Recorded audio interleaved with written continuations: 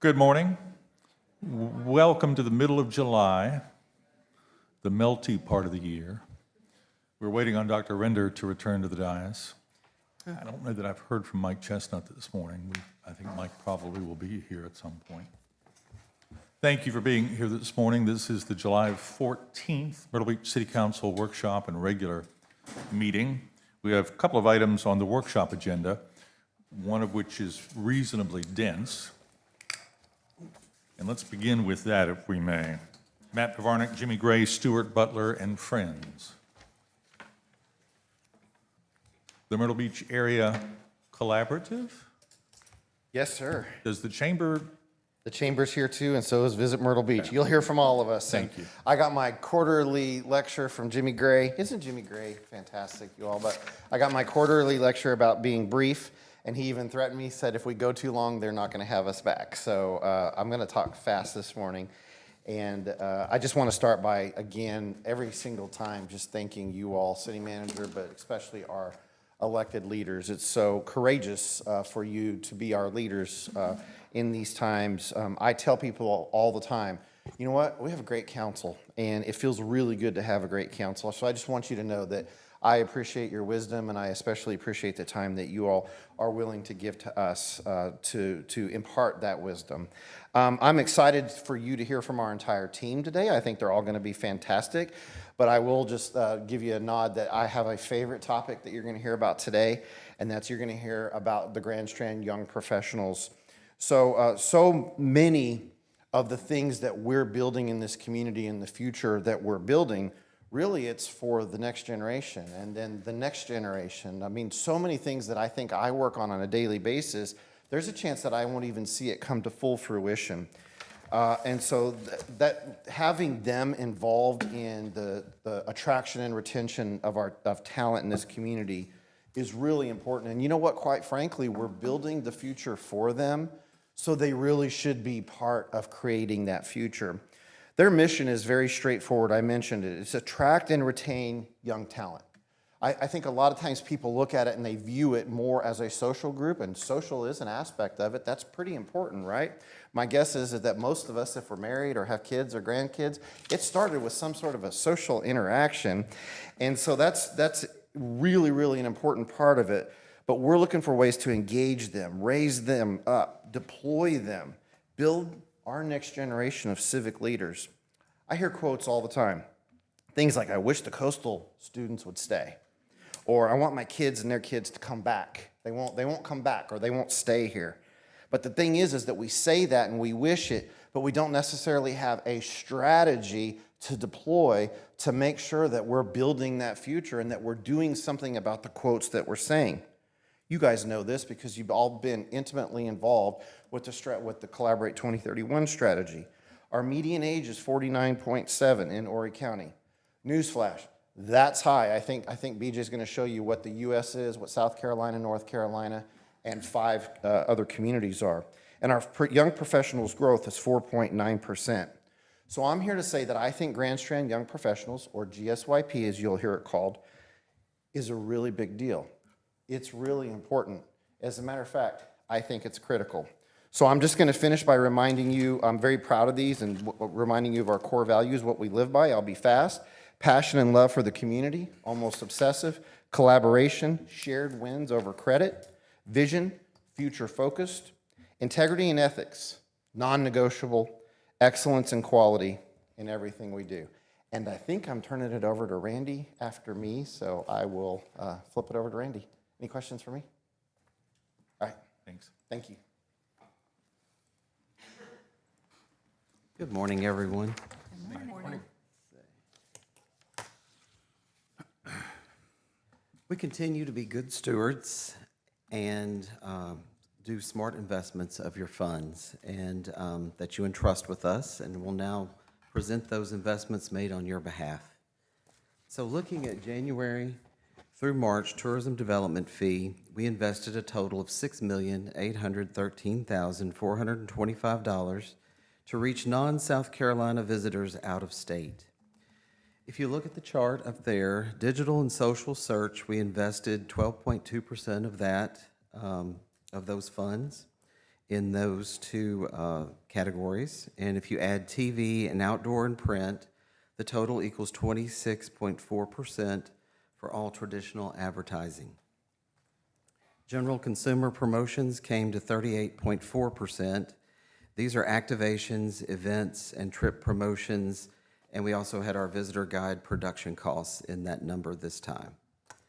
Group sales, international and golf, the three specialty markets, equaled 16.8%. We hosted a lot of trade shows like Rendezvous South in the first quarter. Creative and content development and research was 13.7%. Destination publicity was 4.3%, and air services at 0.2%. Moving to January through March accommodations tax, we invested a total of $286,229 to reach visitors more than 50 miles away. Air services at 0.5%. Digital and social search is the biggest investment at 17.6%. And then you add TV and outdoor and print, that equals 33.9% for all traditional advertising. General consumer promotions are at 34.6%. Again, those are activations and trip promotions, visitor center and call center services, and visitor guide distribution and production costs. Group sales, international and golf, the three specialty markets equaled 20.6%. Again, hosting those trade shows in the first quarter. Creative and content development and research was 6.9%, and destination publicity was 3.6%. Are there any questions about any of the numbers? We did give a packet to Michelle with all of the accountability reports, and they will be posted on our website today. Question? Okay. Now Stuart Butler's coming up. Good morning, all. Good morning. Glad to be here today. Alrighty, so I want to start with some exciting news. Our community was sometimes tough on ourselves. We're sometimes critics, and we don't celebrate the wins. So I'd like to take a minute and celebrate a massive win. There's an organization called Resonance Consulting. They're a placemaking organization that consults with a lot of destinations across the country. And every year they put out a report. They look at hundreds of metrics in every city, I think over 355 DMAs in the country, and they order them. And this year they actually bifurcated it into two groups, populations above 500,000 and populations below 500,000. That's our DMA. They're calling that small cities. We actually ranked, the Myrtle Beach area ranked number 5 in the nation of small cities for a combination of livability, lovability, and prosperity. Places people want to live, places people want to visit, and places people want to work. This is a massive achievement, and it's a testament to the work you guys have done and the whole community has done. Let's not stop there at number 5. Let's chase down the likes of Savannah and others to get that number 1 position. I'd love to see our social media warriors and our media cover things like this a little more often than focusing on the negative. We should be very proud of that. I think there's obviously opportunities, especially on the prosperity side. That's what Collaborate 2031 is trying to address. We also recently got some good news back again from our friends at Longwoods International. This is the national leader on measuring ROI for destination marketing organizations. We typically will select a campaign each year and give them all the information, how much we spent, what the creative was, where we targeted, who we targeted. And they, through a combination of surveys and digital metrics, they'll measure the impact that had. They'll compare folks that saw our ads versus people that didn't see our ads. For 2025, we looked at a spend of about $8 million during the summer, targeting families and leisure travel. According to their data, not our data, for every dollar that was spent on that campaign, there was over $130 received in revenue back to our community and over $20 in taxes. Do the math on that, it's over $160 million in taxes from an $8 million spend. I'd say that's a great ROI, actually second in the nation, only to one large Western country, area that has a lot of casinos. Let's look at what's going on in the economy right now. We've talked a lot about K-shaped economy. We've been talking about it for the last couple of years. It's real. It's having a massive impact. Doesn't seem to be slowing down too much, although there are some indicators recently prior to the war breaking out again. Folks with money are spending it and are traveling. Folks without money, they're just not traveling. That's the problem we face. This is some data right here from Bank of America. They looked at spending by income, and they looked at airlines, lodging, and cruises. And as you can see, the bars on the left are the lower income folks, on the right are higher income, and it goes from left to right. It goes from airlines, lodging, and cruises. You'll see the lower income folks are looking for value. They're choosing increasingly cruise lines versus flying or staying in hotels locally. This is a problem for our market because we have a disproportionate amount of low-end economy products, as we've talked about. This creates some downward pressure. This is our data here locally, what we're seeing. I'm going to start from the right. This is between income levels. You'll see there's a distinct K-shape between what spending is happening. This is revenue on the right. It's demand in the middle, meaning how many people are actually looking. The bright side of this, I would say, is the chart on the left here. This is supply. We've actually seen an 8% total decrease in total hotel room supply in our market since pre-COVID, since 2019. There's fewer hotel rooms to fill. But what this is showing is the hotel rooms we're losing, many of which the city has bought or has been bought by outside developers. It's low-end inventory. It's getting replaced by higher-end inventory. This is a positive for us, another thing we should be celebrating. Let's look at the data. This is our Q1 report. This is ATAX data for Q1. This is about what we expected. We were down. We were down in Q1 for ATAX collection. Now, we did normalize this and look at what was this in 2019 adjusted for inflation. So this isn't number to number. It's actually adjusted 2019 to real dollar value. We're about flat with 2019 in ATAX, but we are down year over year. We expected this. We talked about this, that we were expecting this last time, primarily driven by Q1 gas prices and the K-shaped economy. TDF. This is slightly brighter news. We're about flat year over year with TDF. I'm also pleased to say that, some folks have said, well, TDF's going to grow as population grows. That's true to a degree, but what I will say is when we look at who's contributing to TDF, this is the 1% sales tax, only 17% of folks live within the city. So still 83% of folks live outside the city. It's benefiting the city of Myrtle Beach.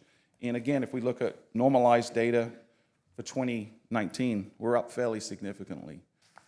That's great, but I'd also remind you that our businesses, our hotels, our restaurants, their cost of doing business has also gone up. Insurance has gone up. Cost of goods has gone up. So we can celebrate that growth, but it also doesn't mean that everyone's thriving. When I look at occupancy, there's some more silver lining here. Although we're down about 3% Q1, we're actually beating our projections pretty significantly. We're over 5%. We've been bending the curve. We've changed our strategies directly to attack the downward pressure that we're facing. We'd be crazy not to adjust our tactics because we know the world is different than it was previously. We're going to continue to do that. Here's our summer outlook. I will say, up until if we'd had this meeting a week ago, I'd been a little more optimistic. I think the war flare-up in Iran is not good for us. It's not good for anyone, but what it does is it creates pressure on gas prices. We've already seen another 10% jump in the last couple of days.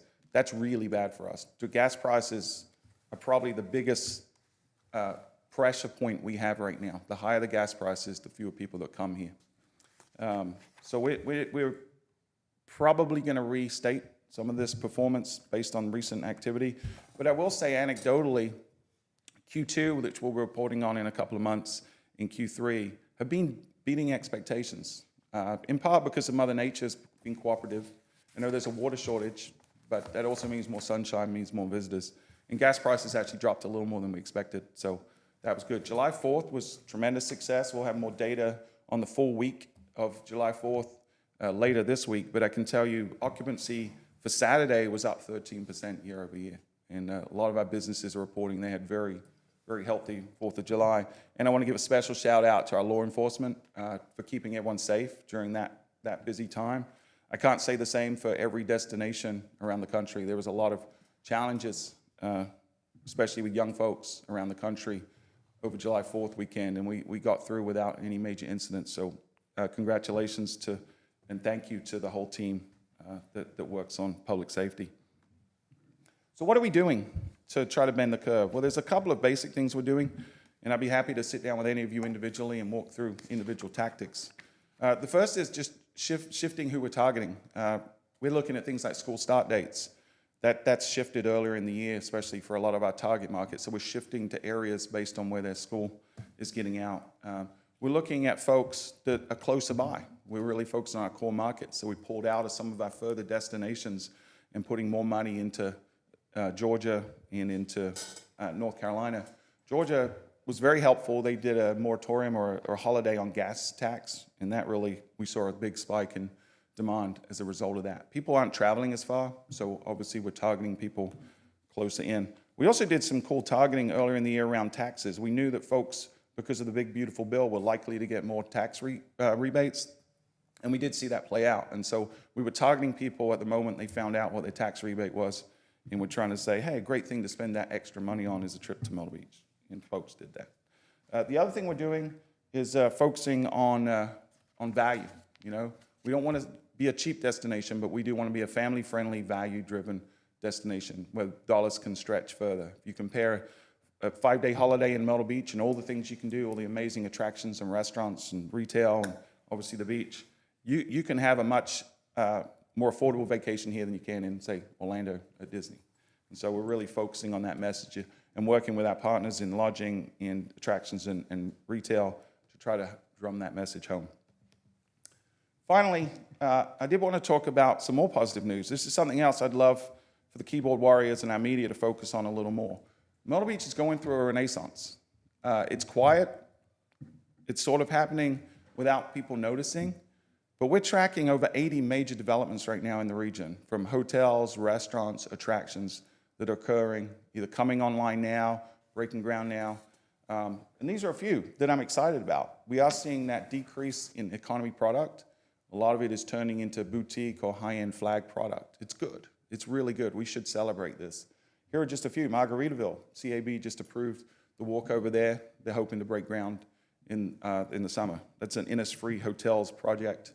That goes well. I'm sure they'll be bringing in more.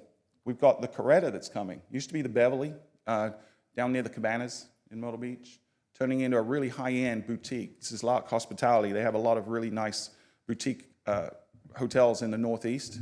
Really attractive for international travelers. We get a lot. Bob was telling me earlier that a lot of his group travel and international travel really want high-end boutique, unique experiences. So the Coretta, we're hoping, can fulfill some of that demand.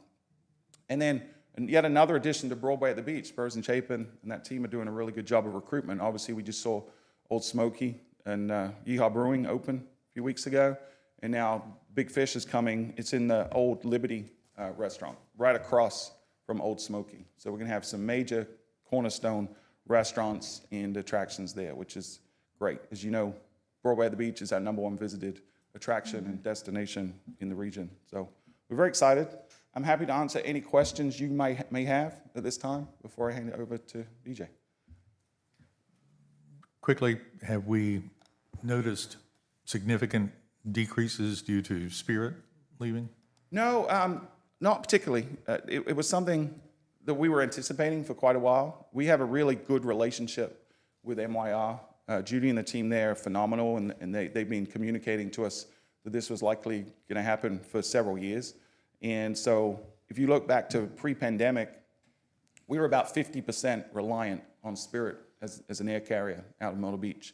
And so in conjunction with us, MYR and the county, and a lot of other folks in the community, we've been aggressively trying to attract new airlines. Part of the TDF dollars that we invest is to help stimulate the flight markets to attract those airlines. You know, people like Southwest that came in right during the pandemic, folks like Avelo, Breeze. And what we've seen is those folks have begun to fill in the gap left by Spirit.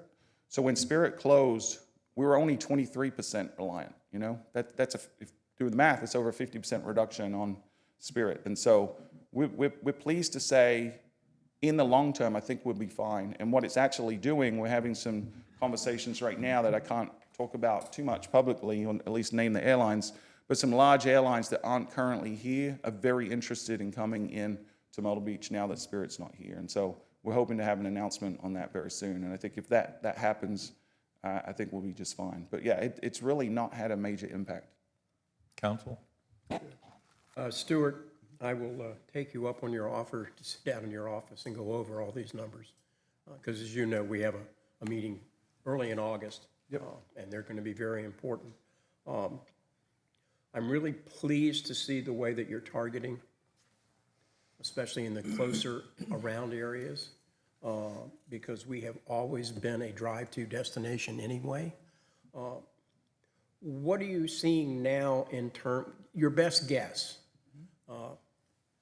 total visitors for the year? Are we going to be stagnant at about 18 million? Is it going to come up a little bit? Is it going to go down? What do you think? Yeah, so we just got our report back from Next Factor that does our study every year, or DK Schiffler, excuse me.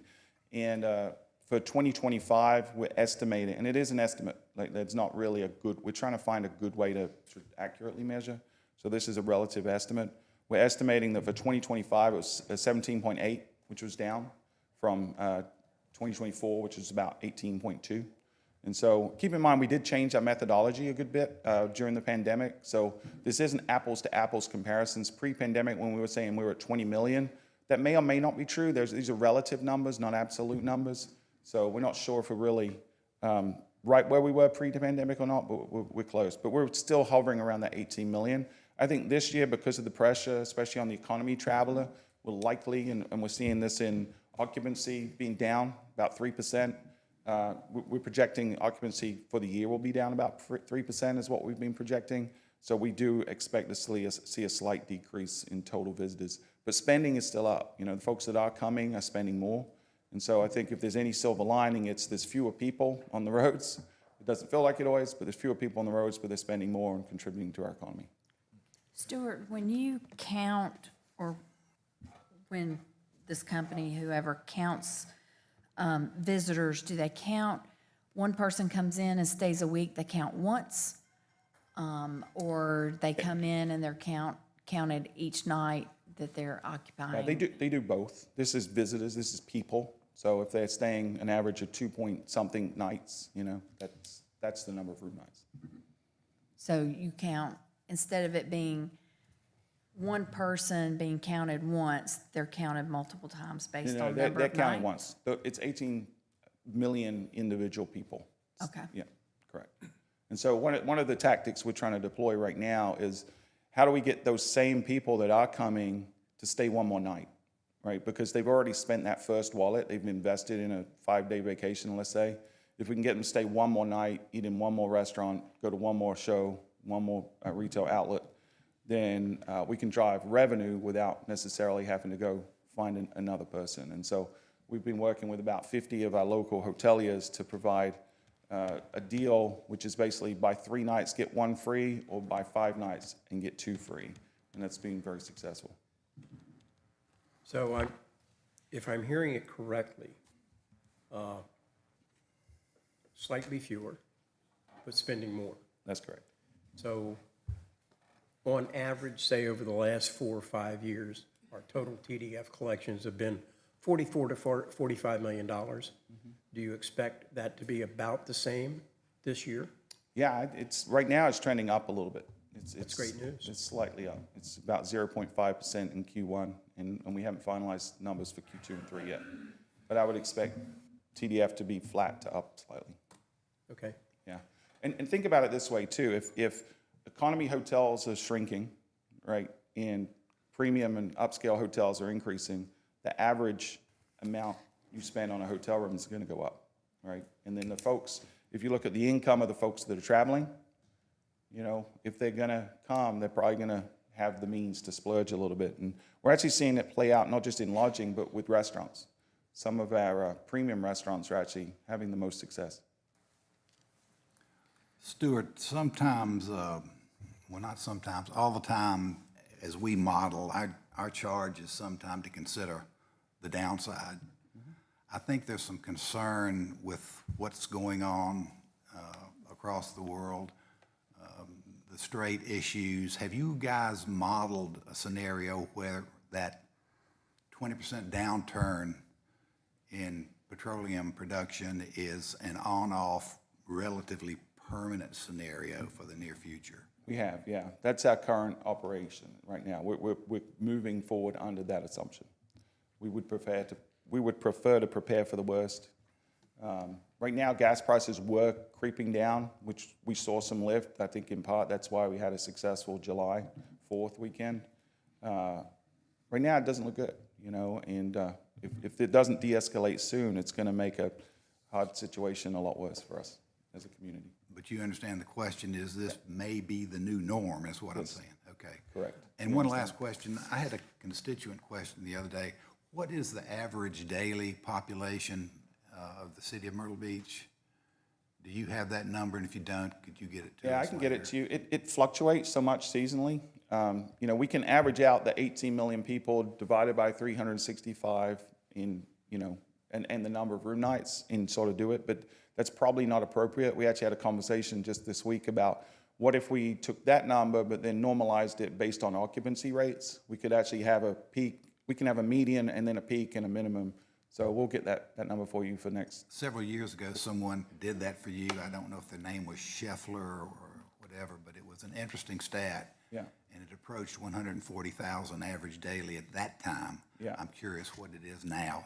Yeah, we'll take a good look at that for you. Thank We'll have you. it for the next meeting. It's a great question. I think Phil's asking about the city limits of Myrtle Beach. The 18 million number is a Grand Strand number. It's not a city of Myrtle It Beach is, number. but keep in mind, and we can normalize for this too, about 85% of the folks that visit the Grand Strand spend a good amount of time and spend money in the city limits. And it's close to 100% actually pass through, you know, so if we're really looking at how many cars are on the road, one, we can measure that through the Department of Transport, but two, we can use that as a good number too. And we do track cell phone movement through a tool called Zydeco, similar to Placer, which the city uses, and so we can also see point-to-point movement. So we're actually people going when they're here on the Grand Strand. Vast majority of people spend time, money in the city of Myrtle Beach. As you pointed out, you're tailoring your advertising to hopefully make a difference before the year ends. There may be other things that we can do as a community to improve that outcome. We're about halfway through the year at this point. So there are moves perhaps that we can make to increase visitorship between now and the end of the year. Yeah, we've got to give people a reason to visit, and that's through the product, right? That means hotel product, that means restaurant product, that means attractions and retail, but it also means events and festivals as well. And so I know there's an events permit right now. It's being reviewed for an air show in September, you know, and I think those are the kind of things that will move the needle. You know, we need more CCMF level events for sure. You know, the mayor just mentioned this, you know, locally, what can we do? And I've had the pleasure of working with Bob and his group and group sales with a couple of local initiatives that they have been tremendous in helping these people put together their marketing plans, concept for advertising. And the reason they're doing that is to say, can we get people when they're here to spend one more night, which is what we're all looking to do. So, Bob, thank you for what you've been doing. Great. Any other questions? I do have two-part. I appreciate everything y'all have done as far as our environment has changed. We're dealing with war and everything else and travel. And so y'all have done a great job at pivoting and putting money out there for locally and regionally within the driving distance. But do you still have a game plan for long-term bringing new people to here? Yeah, I think it's a combination of things. You know, our destination marketing organization, Visit Myrtle Beach, is, without sounding too arrogant, is the most sophisticated DMO in the country, and it wins a lot of national awards for such. And what we've done over the last 5 years is develop a really strong approach, robust approach, but very agile. so we can pivot. You know, we used to buy things on an annual basis. Now we're in real time adjusting not just who we're targeting, where we're targeting. We're increasingly using the flexibility and capabilities of AI, but still with human judgment in the loop to ensure that people are seeing the right message at the right time. So we've gone from sort of shouting with a megaphone to now talking individually to a lot of consumers. And so that gives us the capability to measure in real time what's happening on the ground and adjust. But then I think we're being charged by our board of directors, as you know. I have a lot of bosses. And so, Jackie, you're actually one of my bosses. You sit on my board, right? And so one of the things that we're being asked to do is instead of just focusing on promotion, which is what DMOs historically have done, is we should be helping to steward and shape the tourism economy. And that means helping others in the community that are working on things like workforce, product development, events. And so I think watch this space, because if we don't have great product here, people aren't going to travel. Increasingly, the consumer of today is educated by social media, and so they're not traveling to destinations as much, they're traveling to experiences. They want to go to places where they have novelty, where they can have status by sharing it on social media. And so we've got to really double down our efforts at an individual business level and at a community level on the offering that Myrtle Beach is and the experience that everyone has. And we'll be helping our community, we'll be collaborating with our community on that effort. We have control over the advertising, not necessarily complete control over the social media product that exists out there. We've talked with Matt about the possibility of sharing our advertising, which we may not see if it's in Washington or Pittsburgh, Yep. but sharing that advertising locally so that the homegrown folks can see what we're saying in other markets, because we won't see that automatically. That's correct. Yeah, legally, we're not allowed to spend money to advertise in market, right? And so it is typically out of market. Increasingly, we're committed to that 100%, and we're gonna come back to you next report with some specific visuals, but also we're gonna be committed to publishing that on our website as well for everyone to see and on our social channels. It's tough because it's not in the old days, 10 years ago, you used to have one ad that you would run to a bunch of people, right? And now, because of AI, we can actually run real-time creative that is dynamic on the fly. And so there might be 10,000 different ads being shown in the same market to different people based on what we know is going to influence them. So what we'll be able to do is show you a sampling of what we're doing and the strategy behind it. But I would caution us all to be like, well, that wouldn't resonate with me, And so I think everyone has opinions about what should be shown and what shouldn't be shown. What I can tell you is what is being shown is backed by data and science. A lot of testing, a lot of focus grouping, and it's the most effective it can be today, and then we'll be more effective tomorrow through the data that we gather. Anybody else? Stuart, I just want to say to you guys over at the chamber, I've noticed just in the past couple months the number of family reunions that are coming here. So whatever you're doing advertising, it's working. I'm telling you. Shaking his head. That's Bob's team's work. He's working, maybe Bob. the biggest unsung hero in our group. We don't give him a lot of airtime because when we put him on the mic, he talks longer than I do, believe it or not. But when you see a group of cheerleaders or dancers or baseball team or any kind of group family reunion, Bob's team usually had their hands in that. Whether they were the lead generator or they actually consulted with the group planner or they worked with the property to make sure that all the needs were met. We would not have an off-season period without the sales team at Visit Myrtle Beach. We just wouldn't have it. And so they deserve a lot of credit. Thank you for noticing. Yes, sir. Jimmy's going to kill me if there's more questions. So. I'm starting to say. Thank you, Stuart. Thank you all. Like,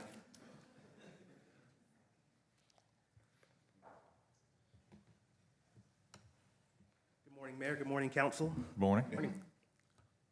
So last time I was in front of you with Clay Britton, we talked about Collaborate 2031. We were in the very beginning phases of that. Since the last time we met, we've actually collected some data, and I'm excited to share this data with you today.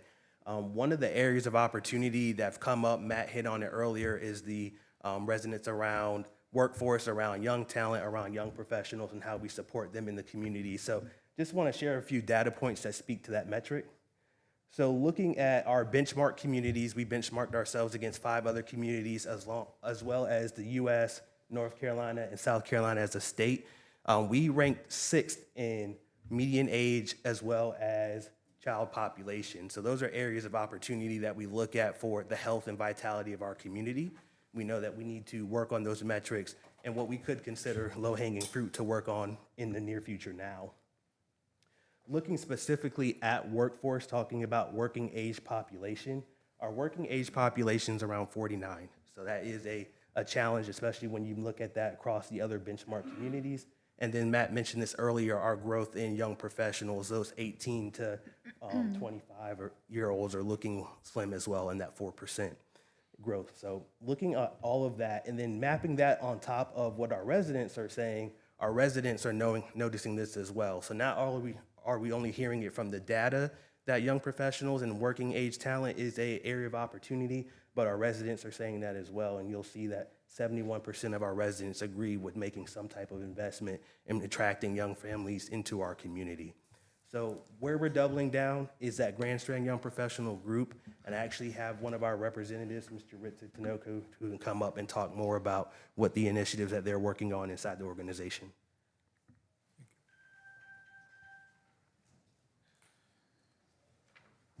Good morning, everyone. Hey, you're So I'm here to tell you a little bit about the Grand Strand Young Professional Group. This group has actually been around for now 18 years. Our goal is to help the young professionals build relationships, develop leadership skills, but also become more active members of the Grand Strand community. We support workforce development by creating opportunities for young professionals to build meaningful professional and personal connections, develop leadership, but also career skills through workshops and educational programs, volunteer and give back to the community, and also connect with local businesses and organizations throughout the Grand Strand. Before I move forward, though, I would like to just let you guys know we have a few of our council members here. I know a couple of them have to go, so just wanted to let you know they are here. But, you know, we are dedicated to the work that we do. Throughout the year, we do host networking events, professional development. We throw in a little bit of wellness as well, and volunteer projects. So our goal is to just help retain the young talent in the Grand Strand, to create opportunities for the young professionals to build those lasting relationships and to establish roots in the community. Do you have any questions? Quickly, what is the city, us, the various things that the city of Myrtle Beach actually offers and does, what could we do to engage, help build the GSYP? Well, first I will say anyone within the city of Myrtle Beach, like within the organization, if obviously within the age range, if they would like to join, they are free to attend to the event. We would love to have the collaboration, just any mentoring, anything that we can possibly, you know, tour a facility that you have or anything like that that would tie in and kind of educate us more on what is going on in the city. Y'all think about that too and let us know an answer to that question if you can. Thank you, Yuritsa. Dr. Connor, you may be able to answer that. I'm always curious where our Coastal Carolina graduates, our Horry Georgetown Tech graduates, where do they end up 5 years post-grad? You know, So do we we have- train and they leave, or that's my question.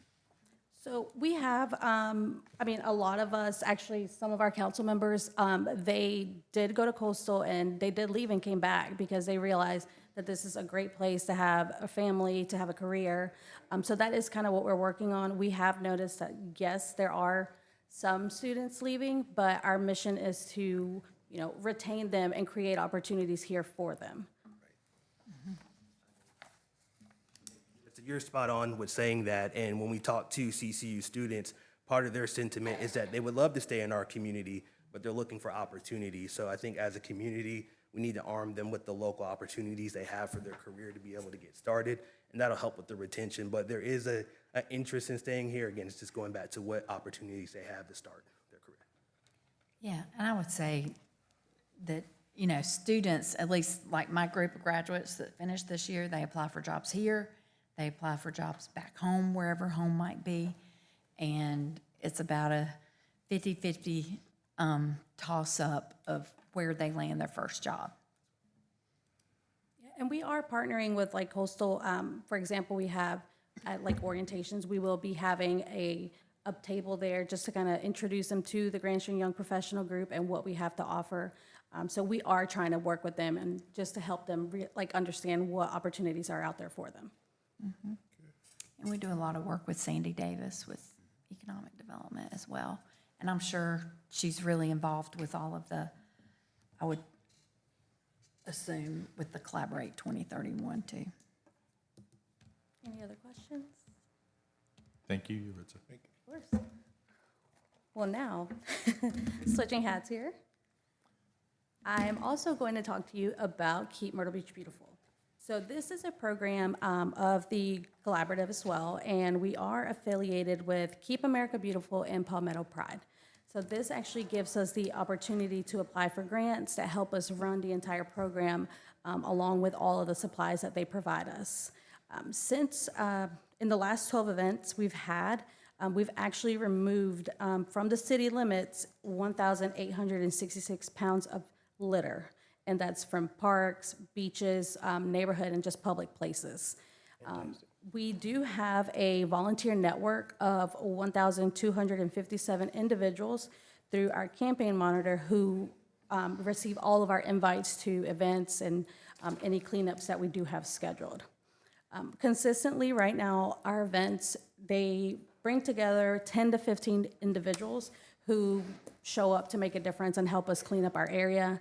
And we do also have a total of 40 cigarette receptacles that we are working with a couple hotels in the city to hopefully get those put out throughout the area or just to update other receptacles that need to be updated. Thank you. You and I have talked about the possibility of the city assuming some or all of the responsibility for Keep Myrtle Beach Beautiful. That's a conversation we need to have, I think, at some point down the road. As you've mentioned, it's a fairly low, I'm going to start that sentence over again, that it's not as complicated to operate as one might think. So. Yes, and that's what I'm here to wrap this up and to try and close the deal. It sounds so good, we want to give it to you. So it's a really great program. It makes money, and I think it aligns with a lot of council's efforts in terms of just overall beautification. Yuritsa has got this thing. She attends national conferences, but it's a well-respected program. Municipalities in all of Horry County, there Keep Surfside Beach, Keep Horry County, Keep North Myrtle Beach, they are all run by the municipality. Ours is kind of the unicorn that is run by the Chamber of Commerce, or the Collaborative in our case. So our recommendation to you is to discuss this amongst yourselves and figure out a nice place for this to fit within your organization. And Jimmy, I think I echo the sentiment of the whole council in that we encourage these young folks to volunteer to serve on committees within the city, learn how the mechanics of local government works, and run for office. We need new blood, always, all organizations. Super. Thank you. Thank you, Yuritsa.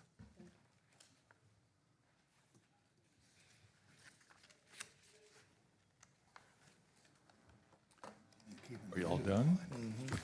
Jimmy, that's it from you? 9:44. Yeah, that's it, I'm good, thank you. I'm not part of the poet laureate yet. Well, thank you. We appreciate that. It's an exciting time in Myrtle Beach. We have lots of opportunities. We need to figure out how to take advantage of them. And I think between the city's thought-provoking ideas and the new blood elsewhere in the community, we're achieving that, so hopefully. So thank you. Any other questions, council? Talk a little bit about the Poet Laureate while we've got about 10 minutes here. The chair, and I saw John come in a little while ago, the chair of the Cultural Arts Committee was here earlier, mentioned a couple of meetings ago, mentioned that they've redone the contract with the idea of renewing the Poet Laureate. I think council originally approved the contract, so at this point it would be a discussion about, thank you GSYP for being here today. I think it's a discussion about what did you put into the new contract and are we okay with it? Good morning, Council. John Crutch, the Chairman of the Cultural Resources Committee. Off to my left here and your right is Brian Schmidt. He is an Economic Development Associate with the city, as well as our Poet Laureate Liaison, Adrienne Linskold. Adrienne, just to introduce you folks to her, she is our go-between between the committee and the Poet Laureate Liaison. Her background is federal contracts for Verizon Wireless. She is our newest member of the committee last year, so I want to make sure she's involved in this as well, because on an ongoing basis, she is our point person. So from last time, there are not any major changes from what I gave you at the last update. I did want to entertain questions and also give you an updated timeline. So this is what I sent out to the committee earlier this week. So today being July 14th, the agreement coming to council for any feedback or changes. If there are any feedback or changes, give about a 10-day window to staff, calendar day window. So the goal being July 24th for the posting date for the application. It will be an online-only application, so there will not be handwritten works or things like that that will need to be put into either a website or an online form that will be done through Dropbox, so we can see their points of poetry that they've done in the past. September 11th at 6 p.m. will be the application closing date and time, just about an hour after work time so that people have time in case they forgot.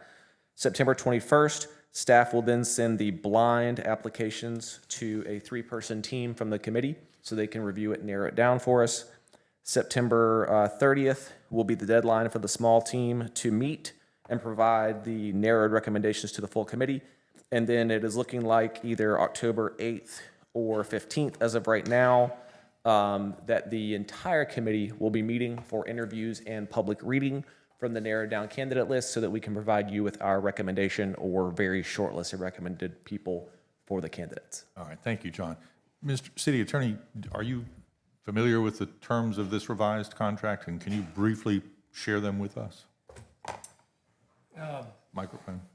I am somewhat familiar. It's been a couple of weeks since I looked at it or helped draft it. Previously, it was a 2-year term. We've now expanded that to a 3-year term. Previously, I think the honorarium or the stipend annually was $2,000, but there was an additional amount of money available to the poet for an annual project.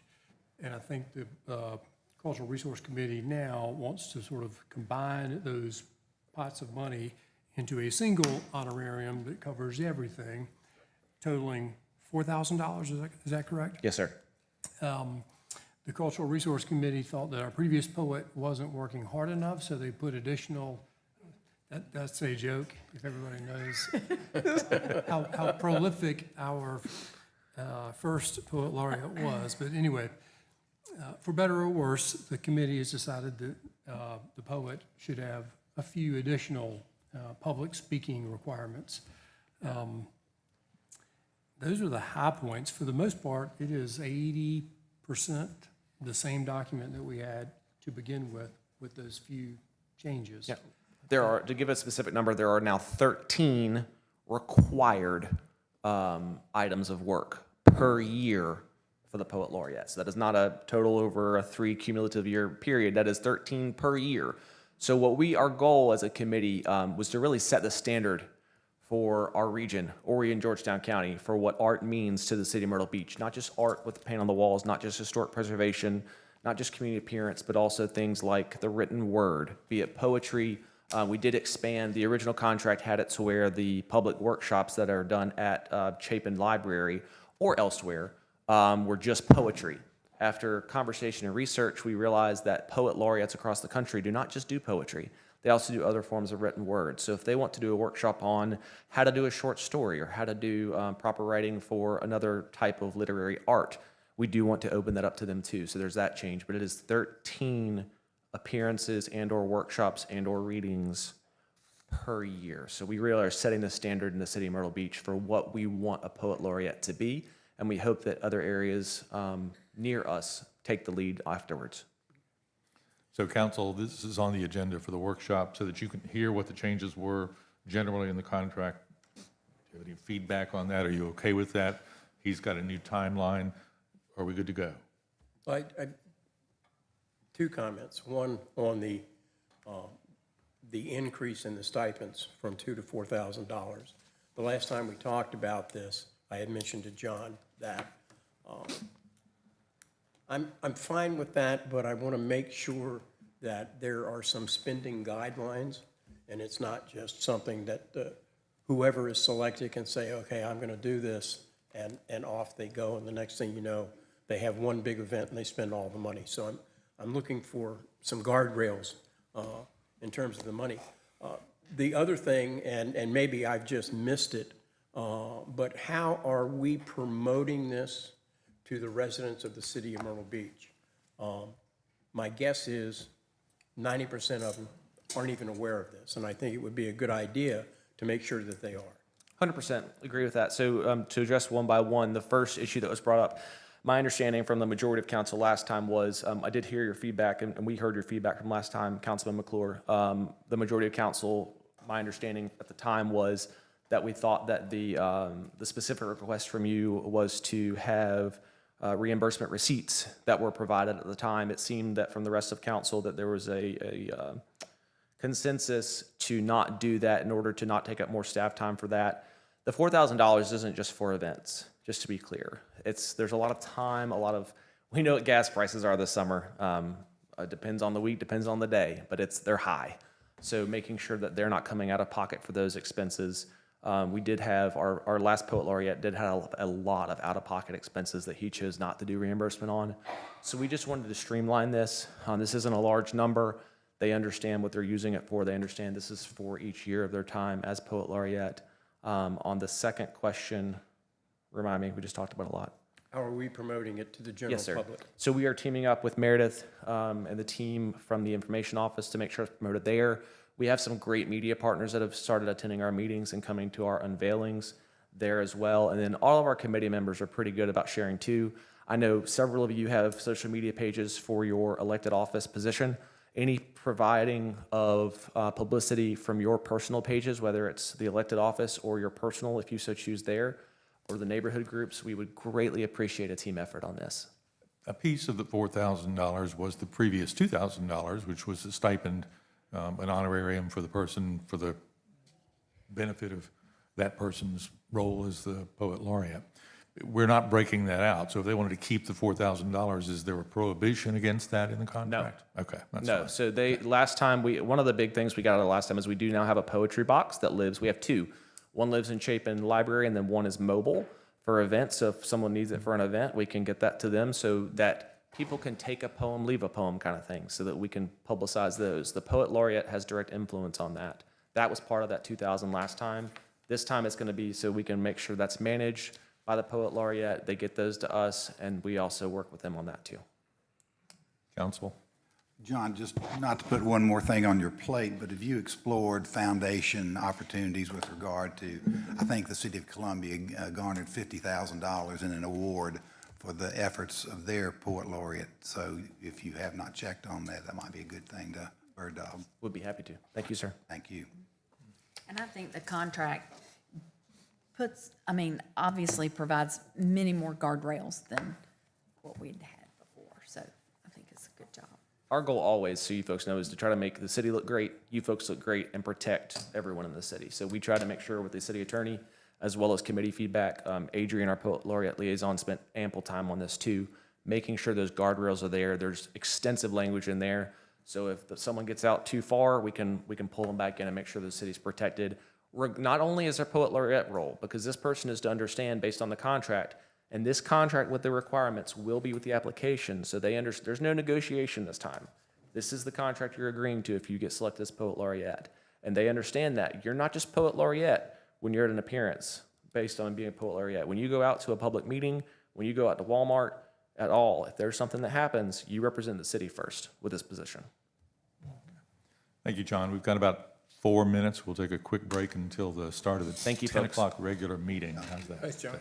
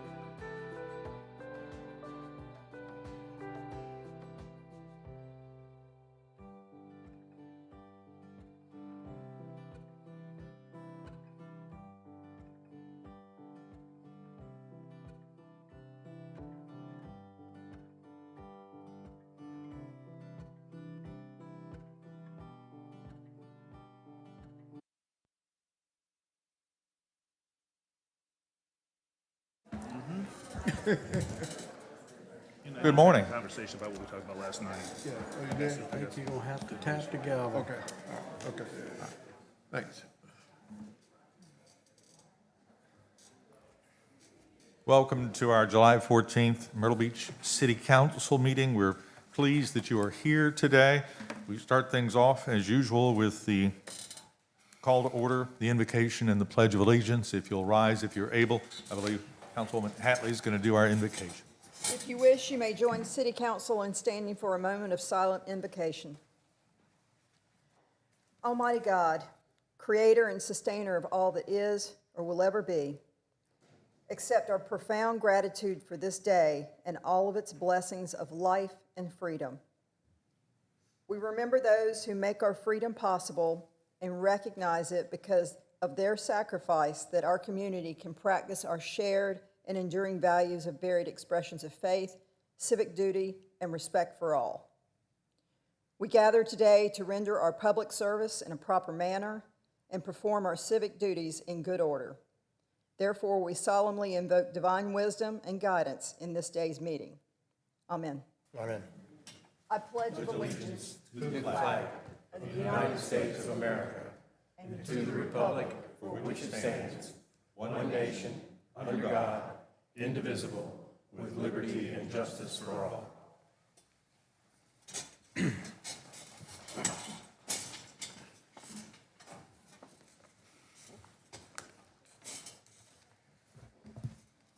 Thank you. Is there a motion to approve the agenda as presented, please? So moved. Second. Bill and Mike, any comments from council? All those in favor of the agenda as presented, please say aye. Aye. Is there a motion to approve the minutes from the June 23rd council meeting? So moved. Mike and Debbie? Any discussion from council? All those in favor of the minutes as presented, please say aye. Aye. Any opposed? Thank you. All right, up next, public requests, presentations, awards, and memorials. We jump right into communications and creative services update.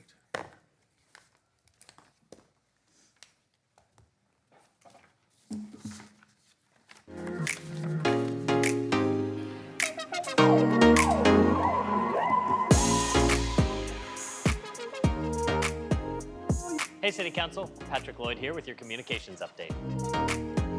July 4th was a busy one in Myrtle Beach, thanks to all who worked and made it a successful patriotic beach weekend. Beach renourishment is done in Myrtle Beach. The project has now moved into the South Strand outside city limits. Contractors will come back through to install sand fencing, but that will be a minimal disruption and no beach closures are expected. A flag disposal box is now in place at Warbird Park. Local Boy Scout Brady Lord put the box together as his Eagle Scout project. You can now place American flags in the box and they'll be properly disposed of. Volunteers from the Military Appreciation Committee and members of Myrtle Beach Public Works took down the Field of Honor last week. The flags will be back. Stay tuned for when. The fire department's ocean rescue teams held missing swimmer training last week. Our ocean rescue folks will continue training for other scenarios throughout the summer to keep their skills sharp. The Palmetto Pride Carousel horse is now at the Market Common. You can find it at the corner of Nevers Street and Howard Avenue. Myrtle Beach is getting a new website. The vendor, Juice Box, met with department leaders last week to start the foundational process. One of the multi-purpose paths in the Market Common now extends all the way from Farrow Parkway up to Emery Road. If you haven't checked it out yet, go ahead and do so. The Mary C. Canty Recreation Center now has an esports room. Our Recreation Division and IT department worked to put the room together for kids to enjoy playing games. The Convention Center, Capital Projects, police, and fire departments helped grant the wish for a 3-year-old Greenville boy named Malachi Williams. Malachi is fighting cancer. Make-A-Wish South Carolina teamed up with Monteith Construction and the city to give him a day working with construction, police, and fire vehicles. Looking ahead, seasonal fireworks continue every Wednesday night at 9 from the 2nd Avenue Pier. Hot Summer Nights is every night in Plyler Park until September 4th, and applications are open through July 27th for the Citizens Police Academy. That's all for now. Hope you have a great rest of your week. Great, thank you. Up next on the agenda is non-agenda items from the public. And I gather a lot of folks have signed up. Let me say thank you to all of the Grand Dunes folks and others who've come to talk about the tennis center and the PUD. We appreciate that. I will preface that comment by saying that council as a body has not had a chance to speak about this either. So we're as full of questions as you may be too. So we appreciate that. We will do an executive session so that we can chat about that with staff and the city attorney at the end of the meeting. But until then, understand that I doubt we're going to have an answer for you today, but we have similar questions, I think, to yours. The non-agenda item session is 30 minutes now. There's another 30-minute section at the end. There's a 5-minute time limit per person. So if you use all of your 5 minutes, only 6 people are going to get a chance to speak. So let's be as efficient and judicious with that 30 minutes now, and we'll come back and do 30 minutes later. I understand that there are comments and suggestions, and we're happy to have them. So let us begin with that admonition in mind that we've got 30 minutes right now and 30 minutes at the tail end of the agenda as well, if there are still comments and you're still here. So, Jennifer? Alex Vogel.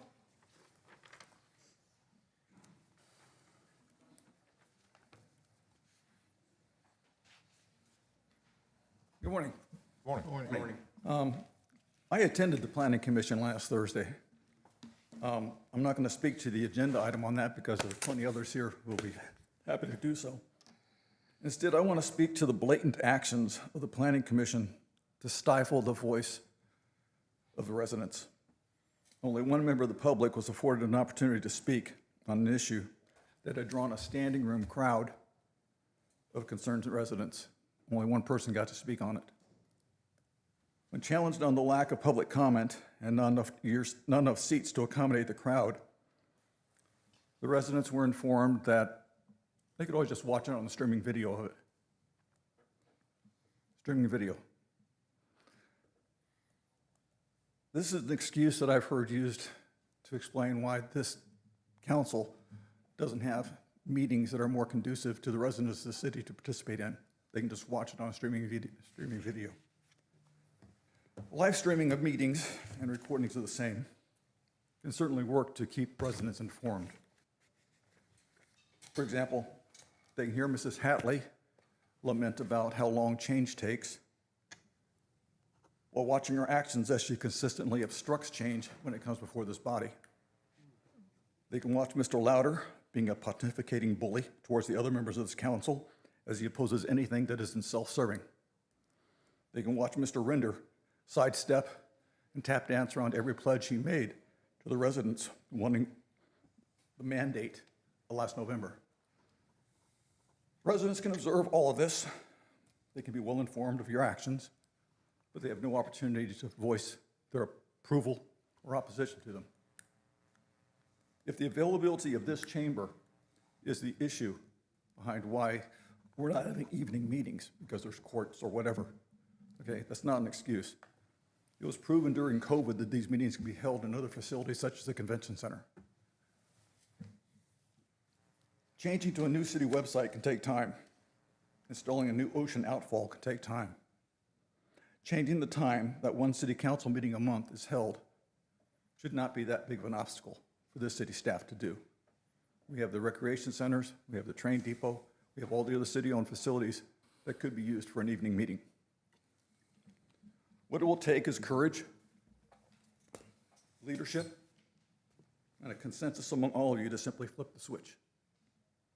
I urge you to flip the switch. Give more residents a voice. Unless, of course, you want to mirror what the Planning Commission is doing, and that's not your agenda. Thank you. Thanks, Alex. Jennifer? Terry Springs.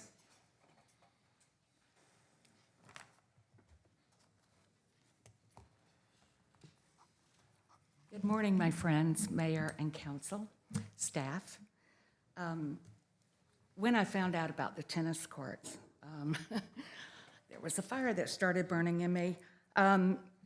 Immediately spoke to Dino Thompson, down, immediately spoke to Dino Thompson, and Dino reminded me, as I played on those courts many years ago, and my kids grew up on those courts, that that court was designed by Arthur Ashe.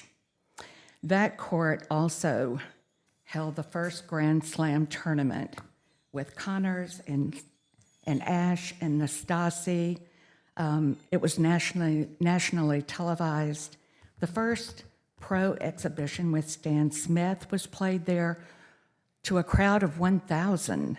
And later, Roscoe Tanner, Tom Gorman, Yvonne Goolagong held a 2-day event there. There's a lot of history, and they are the only clay courts in the city limits of Myrtle Beach. But let's get to the legality of all of this. I started digging around, and I think there was an interpretation of city code and ordinances versus following the city code and ordinances. The PUD is a map, and it's legally binding, and it's not just a concept or a guideline. Only city council can change a zoning district. When you talk about ERUs, right now with the clubhouse and the 11 courts, or 7, you've got 11 ERUs. If you're going to develop that and put up 31 houses, you're talking about doubling and tripling the ERUs. This is a major change. This is not something that goes before the planning board. This is something that comes before council. All in all, I have all of the laws here. I mean, even state law. State law says that any amendment to a zoning district must be adopted by ordinance. That includes a PUD amendment. And staff cannot bypass council by calling a zoning change a subdivision. This is not a subdivision. This is a change, a large one. The tennis property is part of the official PUD. Changing it from tennis to housing is a major zoning change. City law and state law says that only city council can approve that change. The planning commission cannot approve the subdivision and the changes to zoning districts. I would hope that the city of Myrtle Beach would make sure that the law is written, the law is followed exactly how it is written. And thank you very much for your time. Thanks, Terry. Jennifer? Toya Marshall.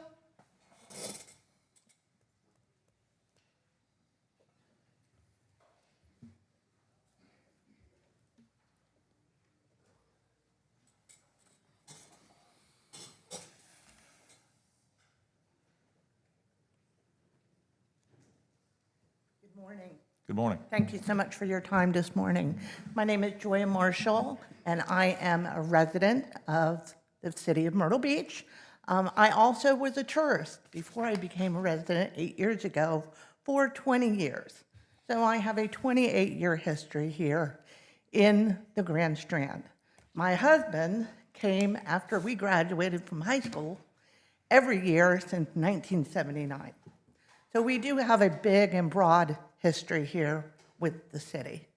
We would stay up in North Myrtle Beach for our family vacations every year for 2 weeks. However, we would come down to the city every single day to enjoy the activity and the safety and the fun that was offered here. We decided to move here. It was our dream to move here, and our dream came true. We built our house, and this is where we will stay for the remainder of our days. I'm a volunteer at Fresh Brewed Coffee House. I'm a giver. I have much empathy for people who don't have anything. I started with taking clothing to Fresh Brewed during the winter in November because it was a cold winter here. And I wanted to make sure that shoes, coats, hats, gloves, got on the backs of unhoused people. It started just with that. Then I joined a group who made food every Sunday. We have made food for the unhoused every Sunday for the past 32 weeks. Not one Sunday has been missed. This comes out of individual volunteers. There are no groups, there are no supporters. It comes out of individual residents' pockets. Last week, we had someone come, a family, who donated 120 hot dogs and condiments and side dishes and desserts. They were gone in less than an hour. The first time I came and served soup during the winter for 65 people, it took 28 minutes for that pot of soup to go. I also work with other volunteers every Friday at Fresh Brewed. We serve as a post office for over 500 unhoused people. 3 people come in and we spend 4 hours organizing mail and passing it out to people who need documents that have been stolen, Medicare information, billings, letters from their families.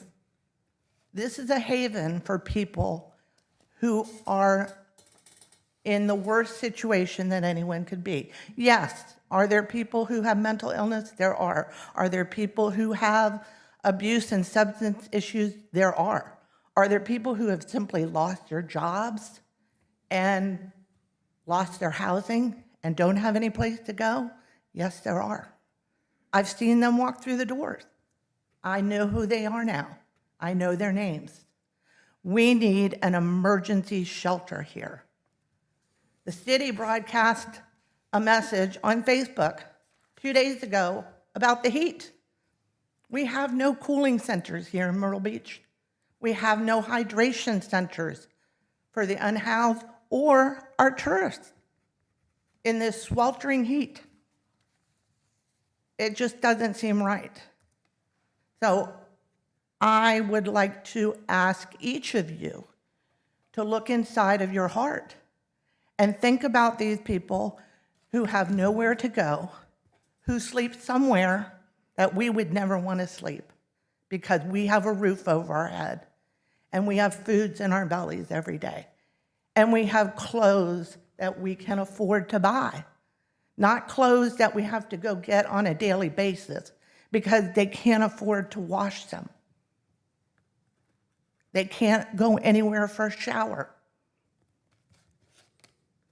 So I implore you to come in to Fresh Brewed any day of the week. We'd be happy to have any of you to come in and visit with us. The young people get it. They get this place. They think it's a cool place. I just took a 20-year-old with me yesterday who's been in Myrtle Beach for 3 weeks with a family move. Thank you for your time. Thank you, and I'll subtract my comments from the total 30 minutes here. We appreciate what you're doing with Kate and Fresh Brewed. We met last week with all of the other municipalities in Horry County, service providers, to talk about improving the services we provide to those who are in crisis mode. The issue of homelessness does not follow jurisdictional lines. I think it's safe to say that Myrtle Beach bears the majority of the responsibility for providing services, but we're working with the county and the other jurisdictions right now to find a better way. It's safe to say that the demand far exceeds the supply, the available resources, and one of the things that we will try to do as we move forward to find a better solution is to make sure that we're actually helping rather than sustaining people in an unhoused or a crisis situation. The sooner we can provide assistance and relief, the sooner they will get back to a stable situation and not maintain themselves in that unhoused or crisis situation. So thank you. We're aware that it's an issue. We're working on it very hard at this point. So we appreciate it and thank you for what you do and for what Kate does. So we'll subtract a 2 minutes from my comments on that. So, Jennifer? John Breyer. Bree. That's an A at the end? I think it's 2 E's. Okay. Mayor and member of the City Council, thank you for this opportunity to speak today. I come before you because I believe this council has both the authority and the responsibility to ensure that the city's own ordinance are followed when significant changes are proposed to an approved plan unit development. Today, the subject is the Grand Dunes Tennis Club, which has operated on its current site since the 1980s, long before the Grand Dunes PUD development was ever created. According to the PUD ordinance, this property was designated a recreational use area.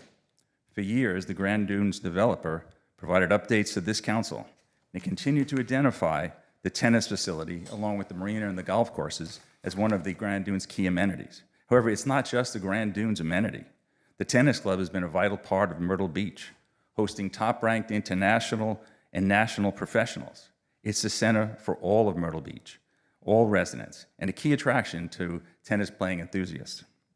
Last week, the Planning Commission approved a subdivision application that would replace this important recreational facility with 31 residential lots. The decision was based largely on the conclusion that the project complies with the PUD's equivalent residential unit, or ERU, requirements. I respectfully disagree with the conclusion that ERU track compliance alone answers legal questions. The ERUs measure development density. They do not determine whether a PUD-designated and well-developed recreational facility may be converted to a residential use, decades after the amenity was constructed and integrated into the PUD. The decision, in my opinion, is inconsistent with South Carolina's Planned Development District statutes for local governments and the City of Myrtle Beach's zoning ordinances, which require that a proposal like this, which materially changes the overall character of the PUD, be processed through the city's PUD amendment process. The Planning Commission may have the power to approve subdivisions, but not the power to change South Carolina's zoning laws. Article 19, for instance, of our own zoning ordinances states that planned unit developments shall provide for and ensure the preservation of adequate recreational facilities. This is a mandatory language. During the Planning Commission meeting, I did not hear any explanation of how replacing this long-standing recreational facility with 21 homes satisfies that requirement. Nor did I hear an explanation of why the city's PUD amendment procedures, which exist for significant land use changes, were not followed. The Grand Dunes PUD specifically requires the developer to provide this council with biennial updates on anticipated land development. If redevelopment of the tennis track had been anticipated, one would reasonably expect that proposal to have appeared in those updates to this council, so you could evaluate its impact on the approved master plan. It was not. This is about more than one property. It's about preserving confidence that the city will follow the procedures established by state law and its own ordinances whenever significant changes are proposed to an approved plan unit development. Therefore, I respectfully ask the council to publicly identify the legal authority under which this application was processed as a subdivision rather than as a PUD amendment. If that authority exists, it should be clear in the public record. If not, I ask the City Council to take necessary corrective action before irreversible facility demolition and residential construction occurs. Thank you for your time. Thank you, John. Mr. Bree? Yes, sir. I need to ask you a question. And for complete transparency, I do know John very well. I happen to know a lot of you. It's my pleasure. We all know. You mentioned the requirement of the owner of the PUD to biannually submit Yes. a document to the city that anticipates future development. Did I understand you correctly that that may not have happened? I don't know. I think the last one that I'm aware of occurred like in 2023, so I don't know if one occurred in 2025. My point was, though, that every time they have presented in the past, they've always identified the tennis facilities as a key amenity. In fact, one of the presentations in 2013, 13 and 17, clearly identified on a list of here are all the key amenities for Grand Dunes that listed the tennis facilities. Okay, thank you. And so the idea of the updates was to provide council saying, these are forecasted development areas. And this I is what we understand plan that. to do in the tracks. I understand that. I just Sure. was curious as to whether you felt it was not Yeah, submitted. And Yeah, I believe it was not. all right, thank you. Any other questions? We'll ask that question as well. Thank you. Jennifer? Dale Oakley? Possibly.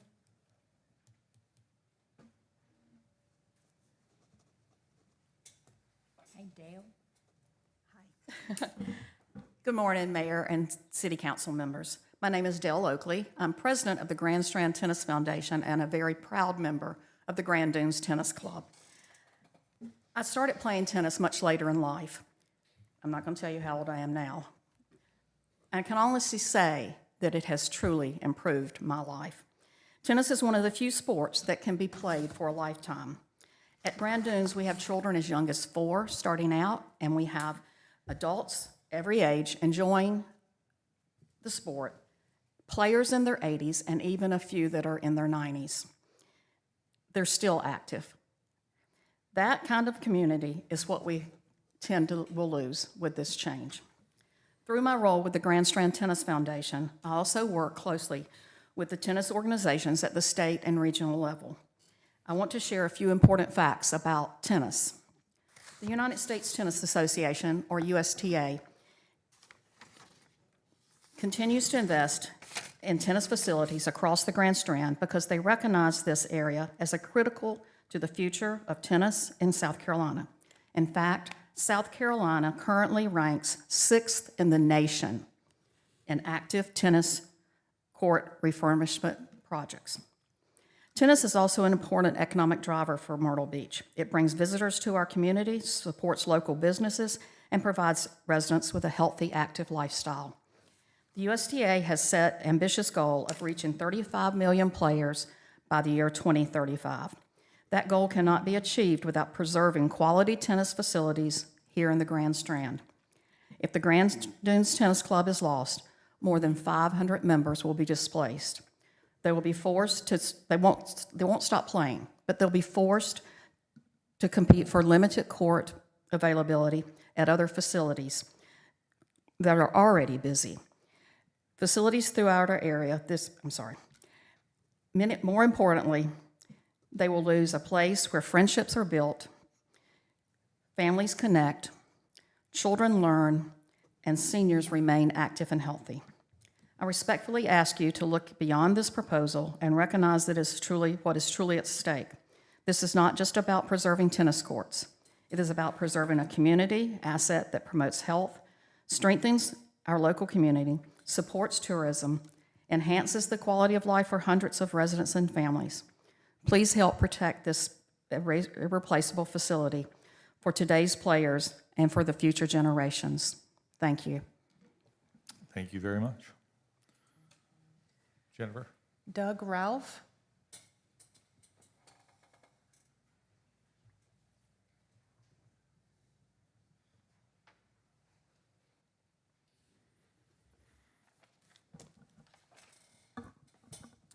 Good morning, and thank you for the opportunity to address the City Council this morning. I attended the Planning Commission meeting last Tuesday where the plan to convert the so-called tennis tract into 31 single-family homes was discussed. And I don't think that was the appropriate venue for such an important issue for our Grand Dunes community and frankly for the city as a whole. I question how something so important can be approved by 9 non-elected volunteer members of the Planning Commission as a minor change in classification with very little advance notice and not treated as a major change in the PUD, which needs to be thoughtfully considered by City Council, not disparaging any other work that the Planning Commission does. The tennis complex at Grand Dunes is not just some generic amenity that should be so easily converted from recreation to residential use. Myrtle Beach would be losing a facility in the tennis complex that has some historical significance. The tennis courts have actually been there since the 1960s, so some 60 years. The original owner of the tennis facility was a group of professional players, including Arthur Ashe, Stan Smith, and Roscoe Tanner through their agent, Donald Dell. There is a picture hanging in the tennis facility today of the whole group. One of the previous speakers has talked about the professional tournaments that have been held there back in the day, so I won't repeat that. Today, there are hundreds of people that play on those tennis courts each week from both Grand Dunes and the broader community. Tennis is a growing sport with national participation up 54% since 2019. Playing tennis also has a positive impact on longevity of 9.7 years, according to a 2018 Danish study, the highest among all sports evaluated.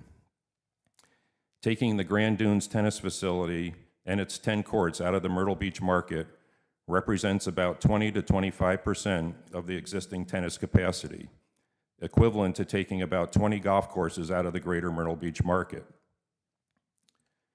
Zeroing in specifically on the Grand Dunes communities, the tennis facility is an important recreational space and facility. It is one of the main reasons why my wife and I chose to retire in Myrtle Beach and buy a home in Grand Dunes 14 years ago. It continues to be marketed as a key amenity to attract people to the community. And in addition to the 10 tennis courts, the facility has the only fitness facility that services a number of the Grand Dunes subdivisions, including Golf Village where I live. It would be a real shame if the city allows these tennis courts with 60 years of history to be plowed over and the lives of hundreds of residents to be turned upside down, all for the purpose of building 31 more houses and the money that some investor in California is going to make on that. This is an area of the city that has already exploded with new houses, condominiums, and apartments in the 14 years that we've lived here. I would implore the city's leaders to take a more thoughtful look at the redevelopment plan that was provided in the Planning Commission meeting last week. Thank you for your time. Thank you, Doug. We've got about 6 minutes, give or take, at this point. Jennifer? Kate Curran.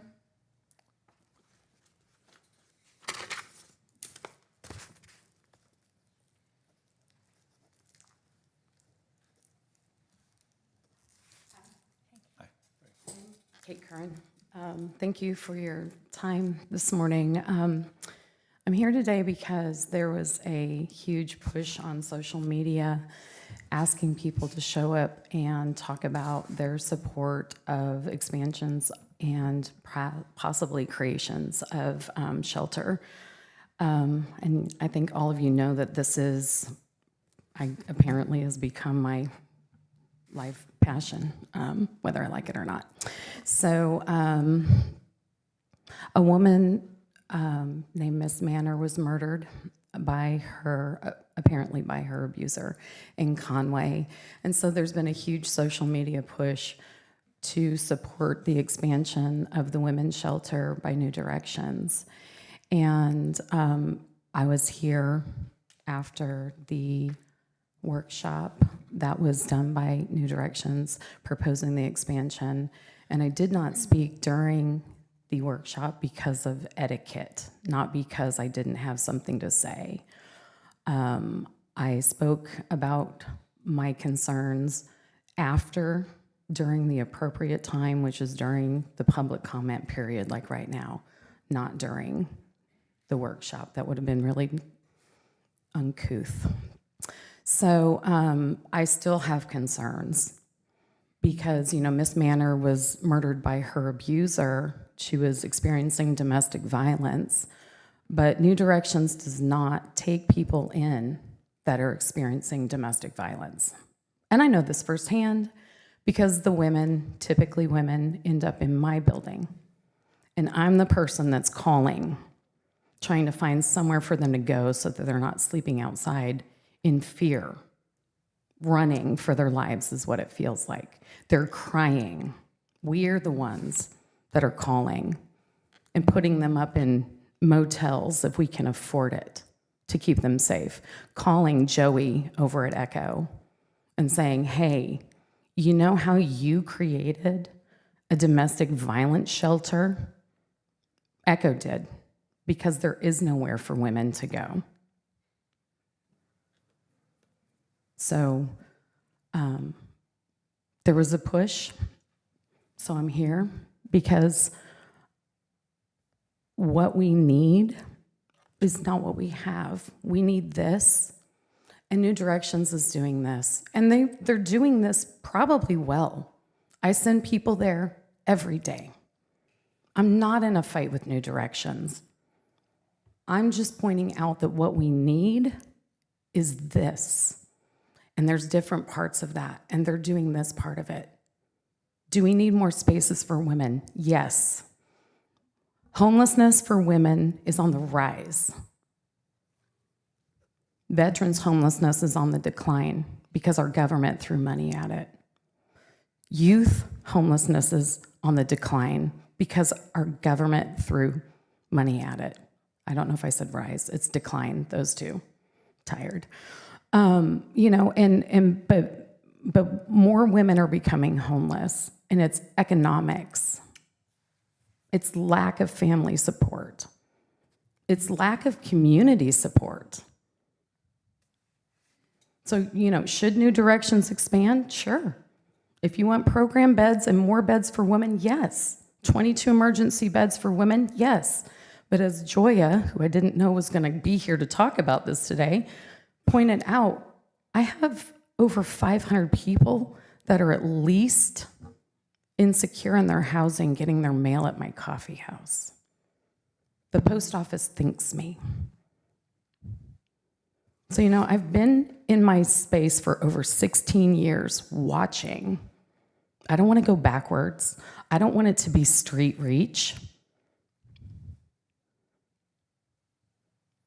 But I want something, and I know that there's conversations going on. But I implore you, do your homework. They don't take domestic violence victims, but their tax return says that they have domestic violence services. Question what those are. Question what they are. You figured out what we need, and then you make us, the resources out here, make that happen. But you're not asking questions. I asked to continue the conversation, and I heard from one person. So I'm next door. Come see me. Thank you. Thanks, Kay. The Family Justice Center, which is in or near Conway, is specifically a domestic violence shelter. It is new. It did not make our funding round this year, but I believe there is general support from the city for that. I'm aware of the social media push for a domestic violence shelter, and to Kate's comments, that's not what New Directions is. The Family Justice Center is that domestic violence shelter. Got enough time for one more at this point? Yep, we have one more. Randall Wallace.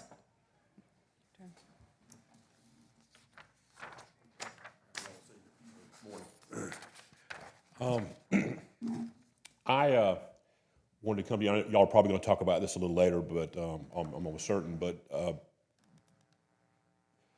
this has been a tough weekend with Senator Lindsey Graham passing away.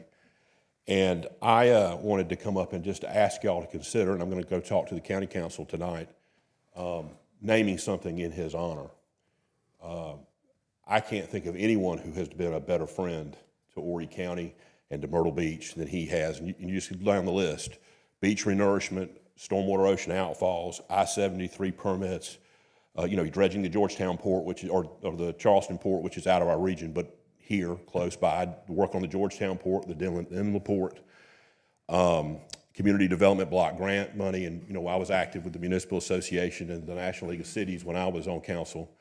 And I on a committee to try to save that during the Bush administration. It's actually when I had the opportunity to work with Joe Biden, of all people. But the Republican senator that they were working to try to save that program with was Lindsey Graham. In the Myrtle Beach Airport, when we had the situation of the terminal, there were two members here that were here then. We got into a big fight with Horry County. And I didn't do it with as much flair, but occasionally I did vote 6-1 on that issue. And Lindsey Graham called me himself, and not to side with the city or the county, but to say, what is going on down there? I've got $40 million allocated for this airport. That's how in tune he was to the needs of Horry County. and the state and local government. All you had to do was read the comments the Municipal Association and the National League of Cities made about working with him all those years. And so the reason that I thought it was important to come today so soon is that any decision today to honor him, if we could do it in the next 6 months, would be great, while his sister is still the United States Senator, and while that staff, largely almost all of which has been with him the entire time he served in Congress, going back to 1994. They will still be in place to be able to be a part of it. And he loved Horry County. The last victory speech he gave a month ago, the one place he mentioned in that speech was Horry County and Myrtle Beach. So I would appreciate it if y'all would consider that, and I appreciate your doing that. Thank you. Thank you, Randall. Thanks, Randall. That's our 30 minutes of non-agenda comments from the public. We've got another 30-minute section on the agenda after the regular portion of the meeting. If you feel like you'd like to stick around, we'll have that other window that opens up, but that's all the folks who had signed up at this stage. As I mentioned at the outset, we're listening to you. We have not had a chance to have the conversation that you're requesting that we have and respond. So that's on our list today. Again, thank you for being here. You're welcome to stick around for the agenda as it proceeds. It's a fairly short agenda. And again, if you would like to chat more at the end of the regular agenda, there's another 30-minute time block budgeted on this agenda. With council's blessing, we'll move on. There is no consent agenda item today. On the regular agenda, Madam Clerk, second reading of 26-47.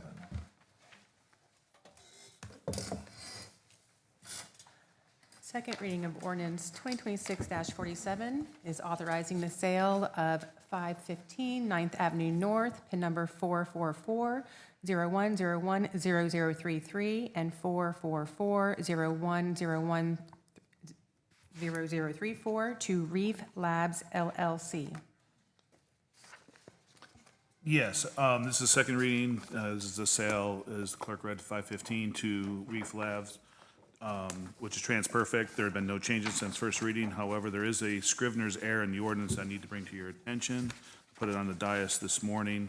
If you look at line, I believe it's, I'm trying to find my note here, 32. That's the right one. There's an address on there that says 915. It's supposed to be 515. So we have that corrected. I have it corrected in the electronic version as well. This is the appraised value. I think, as I said, there's been no changes since first reading. Do we need to verbally correct that Scrivener's error, or is it defer good to the with attorney, the yeah. amended version that's on the dais? It's a Scrivener's error. You can do either one. The manager's making you aware of it, and you are We have approving this ordinance. we have a Okay. valid copy on the dais? Yes. Okay. If somebody wants to make an amendment, to make it official, that's fine too. I think the record is clear what we're doing today already. Okay. Any discussion from council? Any discussion from the public? We need a first and a second. Oh, we need, I'm sorry. Is there a So motion to moved. approve? So moved. Debbie and Mike, please. Any discussion from council?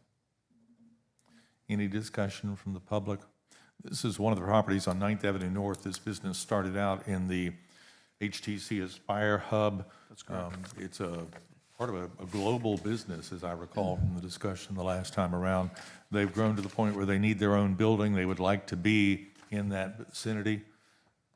So they're purchasing one of the buildings that the city purchased and renovated or partially renovated at some point along the way. Any discussion from public? All those in favor of second reading as presented with that correction noted, please say aye. Aye. Any opposed? Thank you. Jennifer, second reading 26-48. Second reading of ordinance 2026-48, improving the execution and delivery by the City of Myrtle Beach, South Carolina, of a lease between the city as lessor and CoFlow Innovations Incorporated as leasee with respect to building located at 517 9th Avenue North in the City of Myrtle Beach. Similar to the one we just had, there's been no changes. This is the building that used to hold the DRC and hold the Economic Development Office.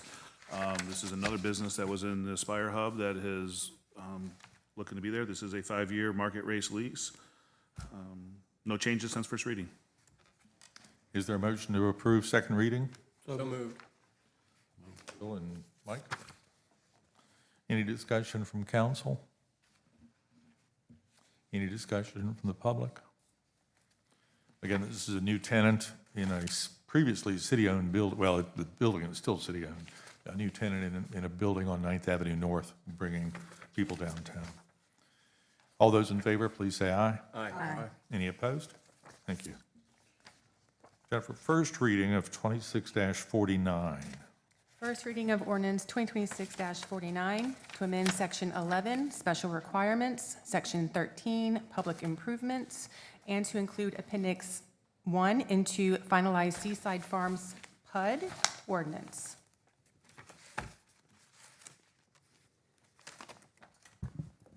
Morning, Mayor, members of council. Morning. The amendments here before you today are one to add actually just a display for the parking requirements, and then to amend Section 11 and Section 13 in regard to public improvements. DOT had a few issues with the first initial public improvements, so they had to go back and readdress those. The applicant is here today to speak to those, but that's the gist of it. Do you have a map of the location? This is the first time we're seeing this.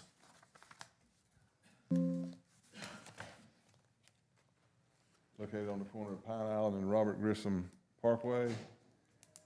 Aerial photo, actual zoning map show it's zoned as Seaside Farms PUD. Proposed layout of the apartment complex with the commercial on the front on the corner of Pine Island and Grissom. The appendix changes going from a 10-foot to a 5-foot sidewalk. That's where DOT came in and would not give the approval to extend the 10-foot sidewalk. Also, in lieu of that, they're putting a public transportation shelter. The Appendix J map, you really can't read it, but that's the installation of the turn lane. And Appendix K is an example of the shelter. The sidewalk, they were able to extend along the boundary of their property, could not go all the way down Pine Island Road. That's where DOT had their comments. Then there's your Appendix I, which is just a chart for the parking requirements. Just because I'm curious, go back to the sidewalk, please, and explain. I'd love to have a 10-foot sidewalk in lieu of a 5-foot sidewalk. What's the Initially, issue? their plan was to run a sidewalk from Robert Grissom all the way down to Highway 15. That's a state-maintained road. They've got the open ditches in there. State wants those open ditches to maintain, so there was not enough land to put even a 5-foot sidewalk along that portion of the roadway. There is some sidewalk on the other side of the street in some areas, but not on that side, and that's where DOT would not give the sign-off on the installation of the sidewalk all the way down from Grissom to Pine Island, but they would allow it in conjunction with the development of the property to go from the furthest point of their property up to Robert Grissom. So the proposal for a 10-foot sidewalk did or did not take into account whether or not there was room for a 10-foot sidewalk? That was the proposal that was put before us, and then going through the process is whenever DOT did not get on board with that, which is why they're back here before us today asking to put the 5-foot sidewalk and the bus station and the turn lane. Was there a proposal at any point to pipe the ditches? DOT may not be on board with that. As I stated earlier, the applicant, I really don't want to be the salesman for someone's proposed public improvements. In a perfect world, it'd be nice to have a 10-foot sidewalk, so, particularly along these streets. There's only so much that we can require as far as the public improvements. I think the cost of ditching all of, piping all of that ditch would have gone well above and beyond their public improvement requirements. Okay. Council? Yes, Mr. Mayor. Shep. I believe that this was before council sometime back, correct? It was, yes, sir. And I thought there was discussion where the entry off of Pine Island, or right there, I thought there was discussion about moving that entry further into Pine Island Road to prevent traffic backup. going in and out of this project? There was. If you remember, there was a entry off of Grissom, which required turn lanes, and that was originally proposed as the primary entrance, which then got moved to Pine Island Road and slid away from the intersection further down Pine Island Road to avoid that conflict. Show that previous map again.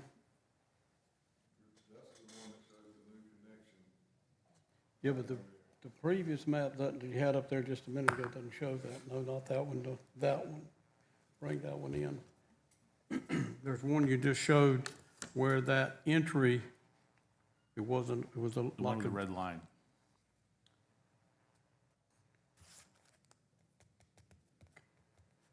Keep coming, right there. Now, that entry there is the original entry that's been there forever. That's correct. So that's not the entry that you're using. That's correct. Okay, well, would you show again then the map where the, okay. So,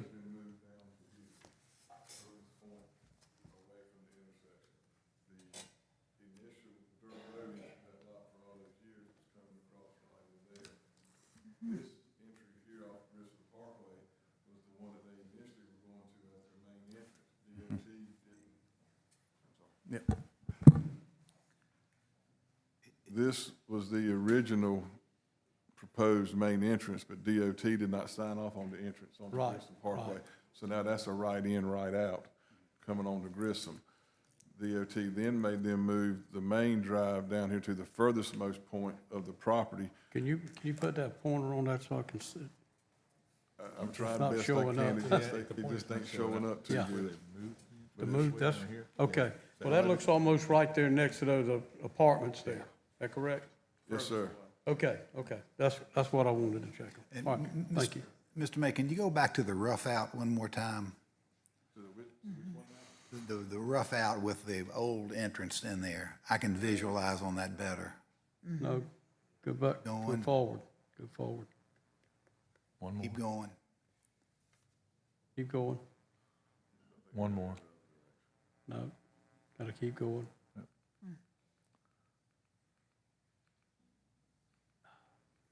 There. Well, actually, one more. Oh, no, that's it, that's it. So, With the pointer, point out the new entrance to us, please. Just write it out. I'm gonna kind of come off the wall here. The new entrance will be right here. The new entrance will be at that bottom Right at the corner where the line meets. corner. The end of the red line is where the new entrance will come in. The other entrance coming off the top up here is gonna be right in here on the Grissom, and that's gonna be a right in, right out only. That was initially the proposed main entrance, but DOT did not give the sign off on that and gave direction to go further down Pine Island, which therefore we went in and put in the turn lane to enhance the flow of traffic even better through that possibility. Well, point where the entrance is on Grissom, the right in, right out, throw that thing away. I can't see. It doesn't show up on the, it's a really bad pointer. Right there's my dot, so if you Yeah, can there you drop go. it Great. right down in there is where your main entrance, is where your new entrance will be. You're right in, right out. Okay. Which now that you've got that vision in your head, Got it. Not for long. there's the new entry, right in, right out. There's the lower entry, which is a full entry, and then we're putting a turn lane in for access to that. It's still pretty close to the intersection. so will the new entrance, main entrance, will it be directly across from the entrance to the other side, to those other apartments? So the turn lane is usable for both? The turn lane's only On gonna be for Pine your Island? right-hand turn. The turn lane's gonna only be for your right-hand turn. Okay, The apartments have a gated. yeah. The apartments have a gated entrance. Shep, is the issue, It's gonna be close. I'd say it's gonna be pretty close to it. is the issue with the not being able to do the 10-foot sidewalk and piping a capacity issue for DOT or whatever with the flow? In other words, a ditch drains better than a pipe. Really, two things. One, they weren't willing to grant the encroachment because they didn't want the piping in lieu of the open ditch. And the second thing was it required the expansion of the right-of-way. Obviously, the developer controls the expansion of the right-of-way on their property, which they're doing as part of the improvements. They didn't control the acquisition of any additional right-of-way beyond the boundary of the property. When we had the initial discussions with staff, it made sense that connectivity from Grissom to Highway 15 would be a great thing, but without additional right-of-way, there's no way to make that connection. Okay, thanks. Is that the same reason why the sidewalk doesn't go all the way down to the intersection at Pine Island? Correct. You could not put the sidewalk in beyond the property line without an expansion of the right-of-way, Okay. because that would require piping of the ditches that were there.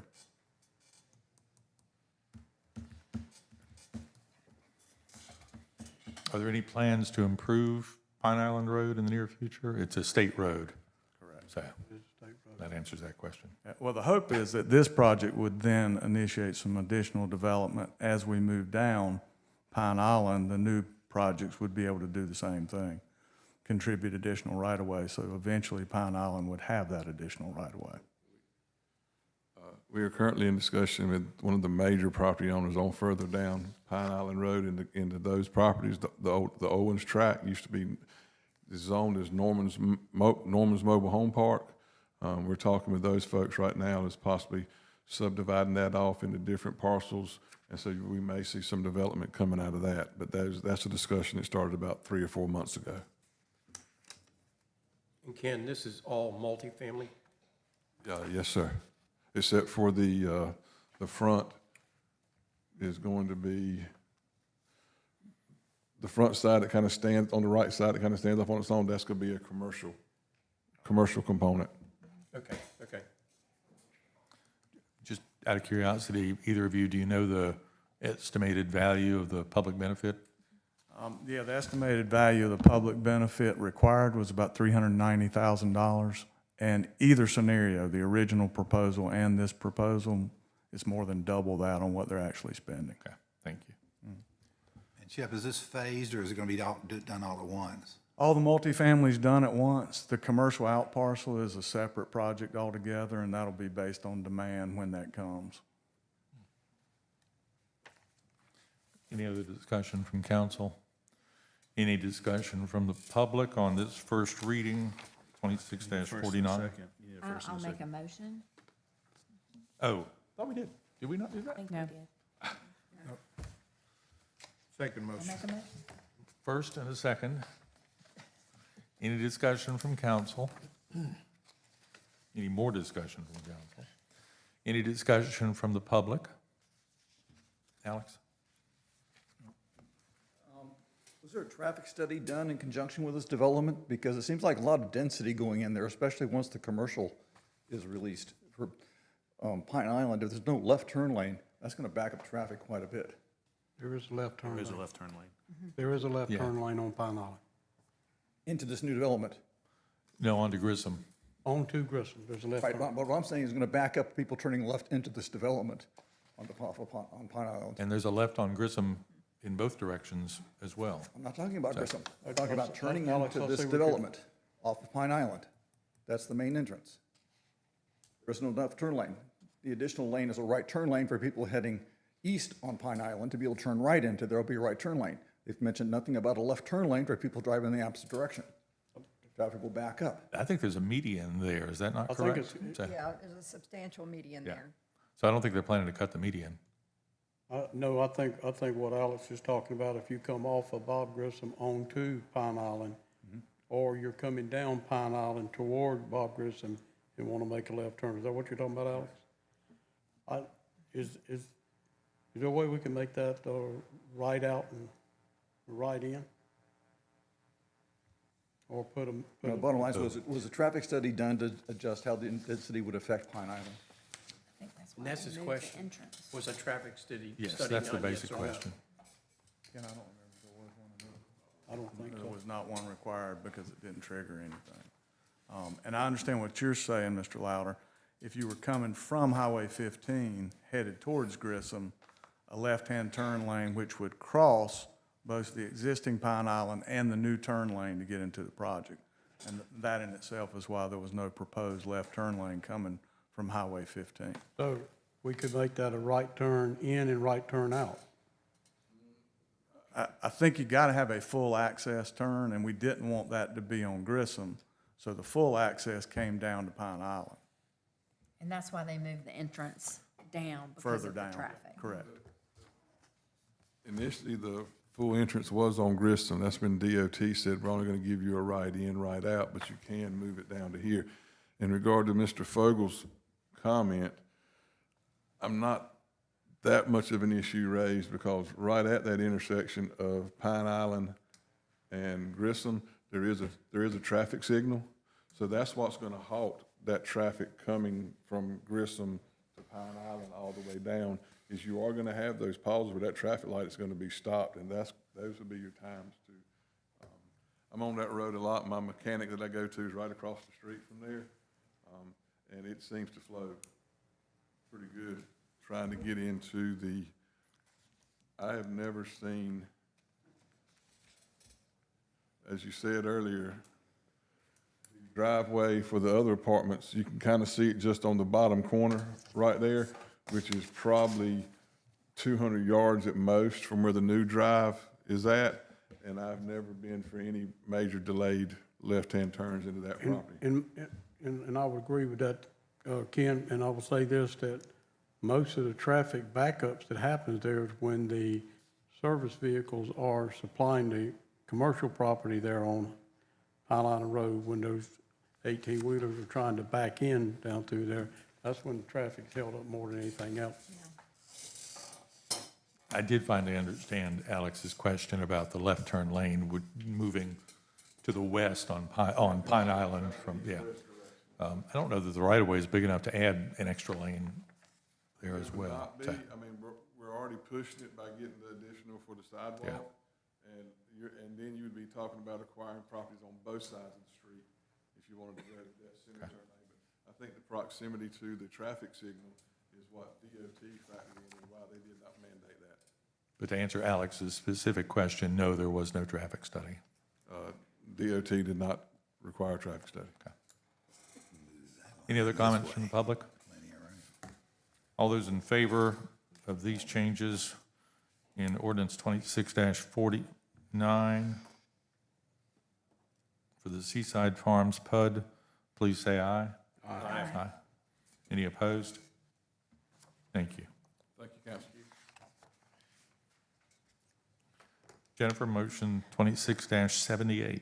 Motion 2026-78 to appoint and reappoint 2 members to the Myrtle Beach Housing Authority. The term of John Stack has expired. He does wish reappointment. The request also is to appoint George Oldroyd to fill the term of Dorothy Green. That term ends December 9th of 27. If Mr. Stack is reappointed, his new term expires December 9th of 2030. Is there a motion, council? So moved. Second. Phil and Debbie. Any discussion from council for the appointment of John Stack and George Oldroyd? Any discussion from the public? All those in favor of motion 2678 to appoint 2 members to the Myrtle Beach Housing Authority, please say aye. Aye. Any opposed? Thank you. Motion 26-79, please. Motion 2026-79 to declare certain vehicles abandoned or derelict pursuant to the authority of Article 41 of Title 56, South Carolina Code of Laws, 2001. We'll wait a moment while the vehicles are shown on the screen. Is there anybody here who represents any of these vehicles or has an interest in them? Motion to declare. Second. We have a motion and a second. Any discussion from council? Any discussion from the public? The vehicles are towed by the city's towing company. They're held, somebody correct me if I misstate all this, they're held for a period of time, and if they're not reclaimed, then the towing company has the ability to sell them and reclaim its costs. So we're not spending a bunch of money to have these abandoned or derelict vehicles removed. The towing company is taking care of that. There is a reclaiming period, but before we get to this point, the vehicles have been stickered with a bright red sticker for at least 7 days, and that sticker serves as notice to the owner of the vehicle that, hey, if you don't take care of this vehicle, it will be towed away from wherever it may be. Many of those vehicles are addressed when the sticker is applied. What you see here are those that people literally have said, I really don't want this anymore and I'm not going to fool with it. Is that close? And the bank wants it. So. All those in favor of this motion as presented, please say aye. Aye. Any opposed? Thank you. All right, so we have another 30-minute time block on the agenda that says non-agenda items from the public. I don't have anybody else signed up. I think we have 3 executive session items, one of which is related to the subject that many of you spoke about earlier today. As I indicated, I don't expect an answer today, but we've got similar questions to you. If there's someone who would like to speak at this point, we've got a little time to do that, and we'll be happy to listen to you. We'll take a couple over here, please.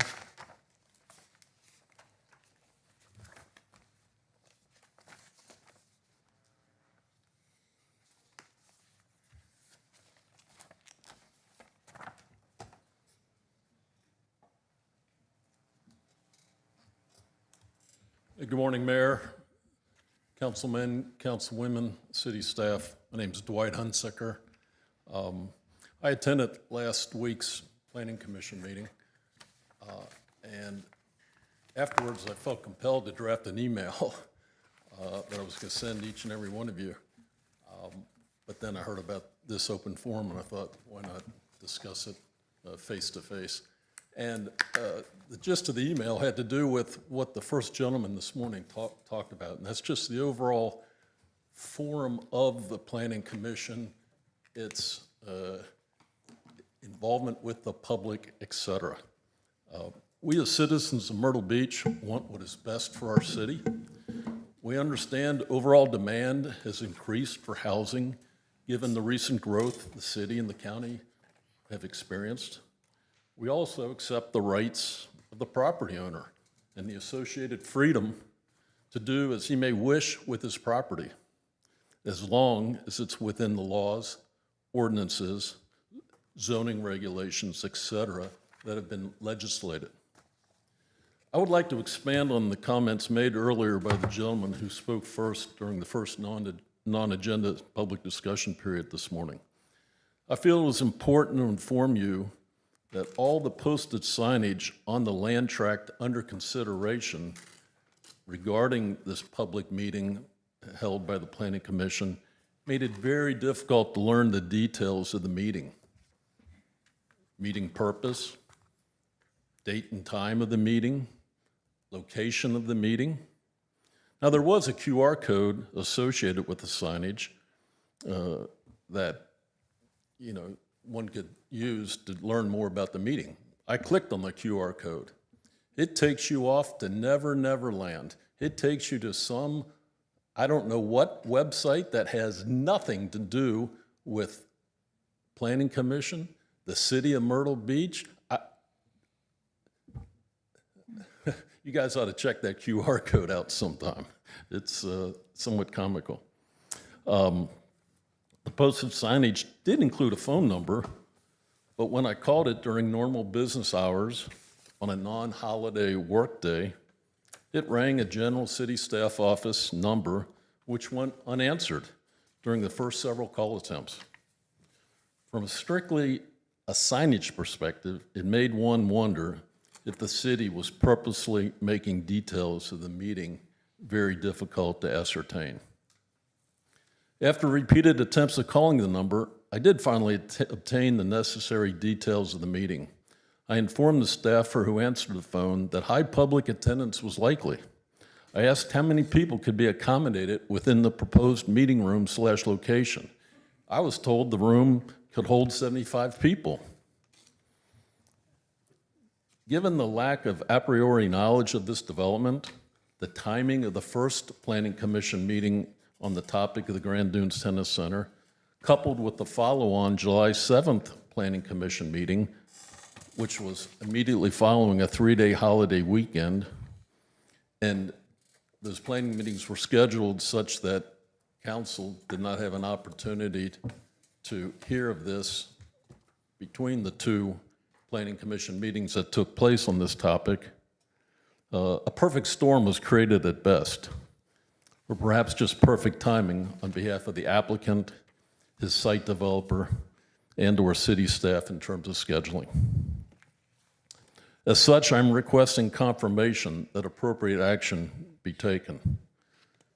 Please confirm the correction of the public meeting notice signage that is used to inform the public of these quote-unquote public Planning Commission meetings.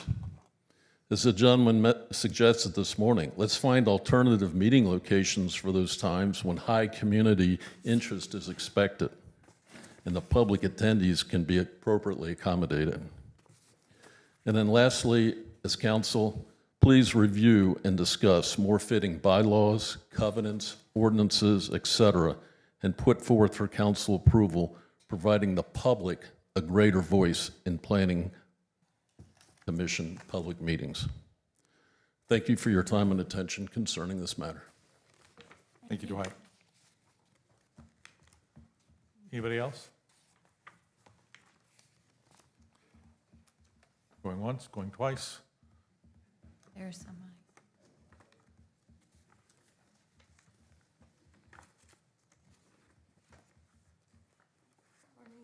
Good morning. I was supposed to present the workshop, but I missed it. Is it okay if I do it? And what's the subject? It's the Palmetto Pride thing. Oh, how long will it take you? Like 5 minutes about. Can we ask you to come back at the next workshop? Is that horribly inconvenient? Wait, when? The 28th? The next workshop? Yes. That works for me because I do need like the big screen and I can Okay. have that then. But if we can, we'll ask that you come back for the workshop on the 28th. Okay. Super. Thank you. I'm familiar with the email traffic on this. Yeah. So, thank you. All right, hearing no other pent-up demand at this point, we have, are there any council communications from city boards, commission members, CFO update, assistant city manager updates? Fox, anybody? All right, so we've got 3 executive session items today. The following are invited to attend the entire discussion: Fox Simons, Will Bryan, Brian Tucker, Josh Bruger, Michelle Shumper. Well, obviously, Brian is no longer with us, and Josh is on vacation, I believe. So, Michelle Shumpert, Marla Bell. Marla's not with us either today. Meredith Denary and Amy Newshafer. The first item, motion to go into executive session to discuss potential contractual negotiations regarding a large concert event. The second item, motion to go into executive session to receive legal advice relating to pending litigation with North Myrtle Beach. And for that item, we will invite Janet Curry, the Public Works Director. And the third executive session to receive legal advice relating to a subdivision application with the Grand Dunes PUD. Is there a motion to go into executive session on these 3 items as described? So moved. Debbie and Bill. Any discussion from council? Any discussion from the public? All those in favor of the executive sessions as indicated, please say aye. Aye. Shall we do it in here or in there? I need it in there. In there. We'll be in there. So, thank you again for being here today. We will go into executive session for these 3 items. It may take a while.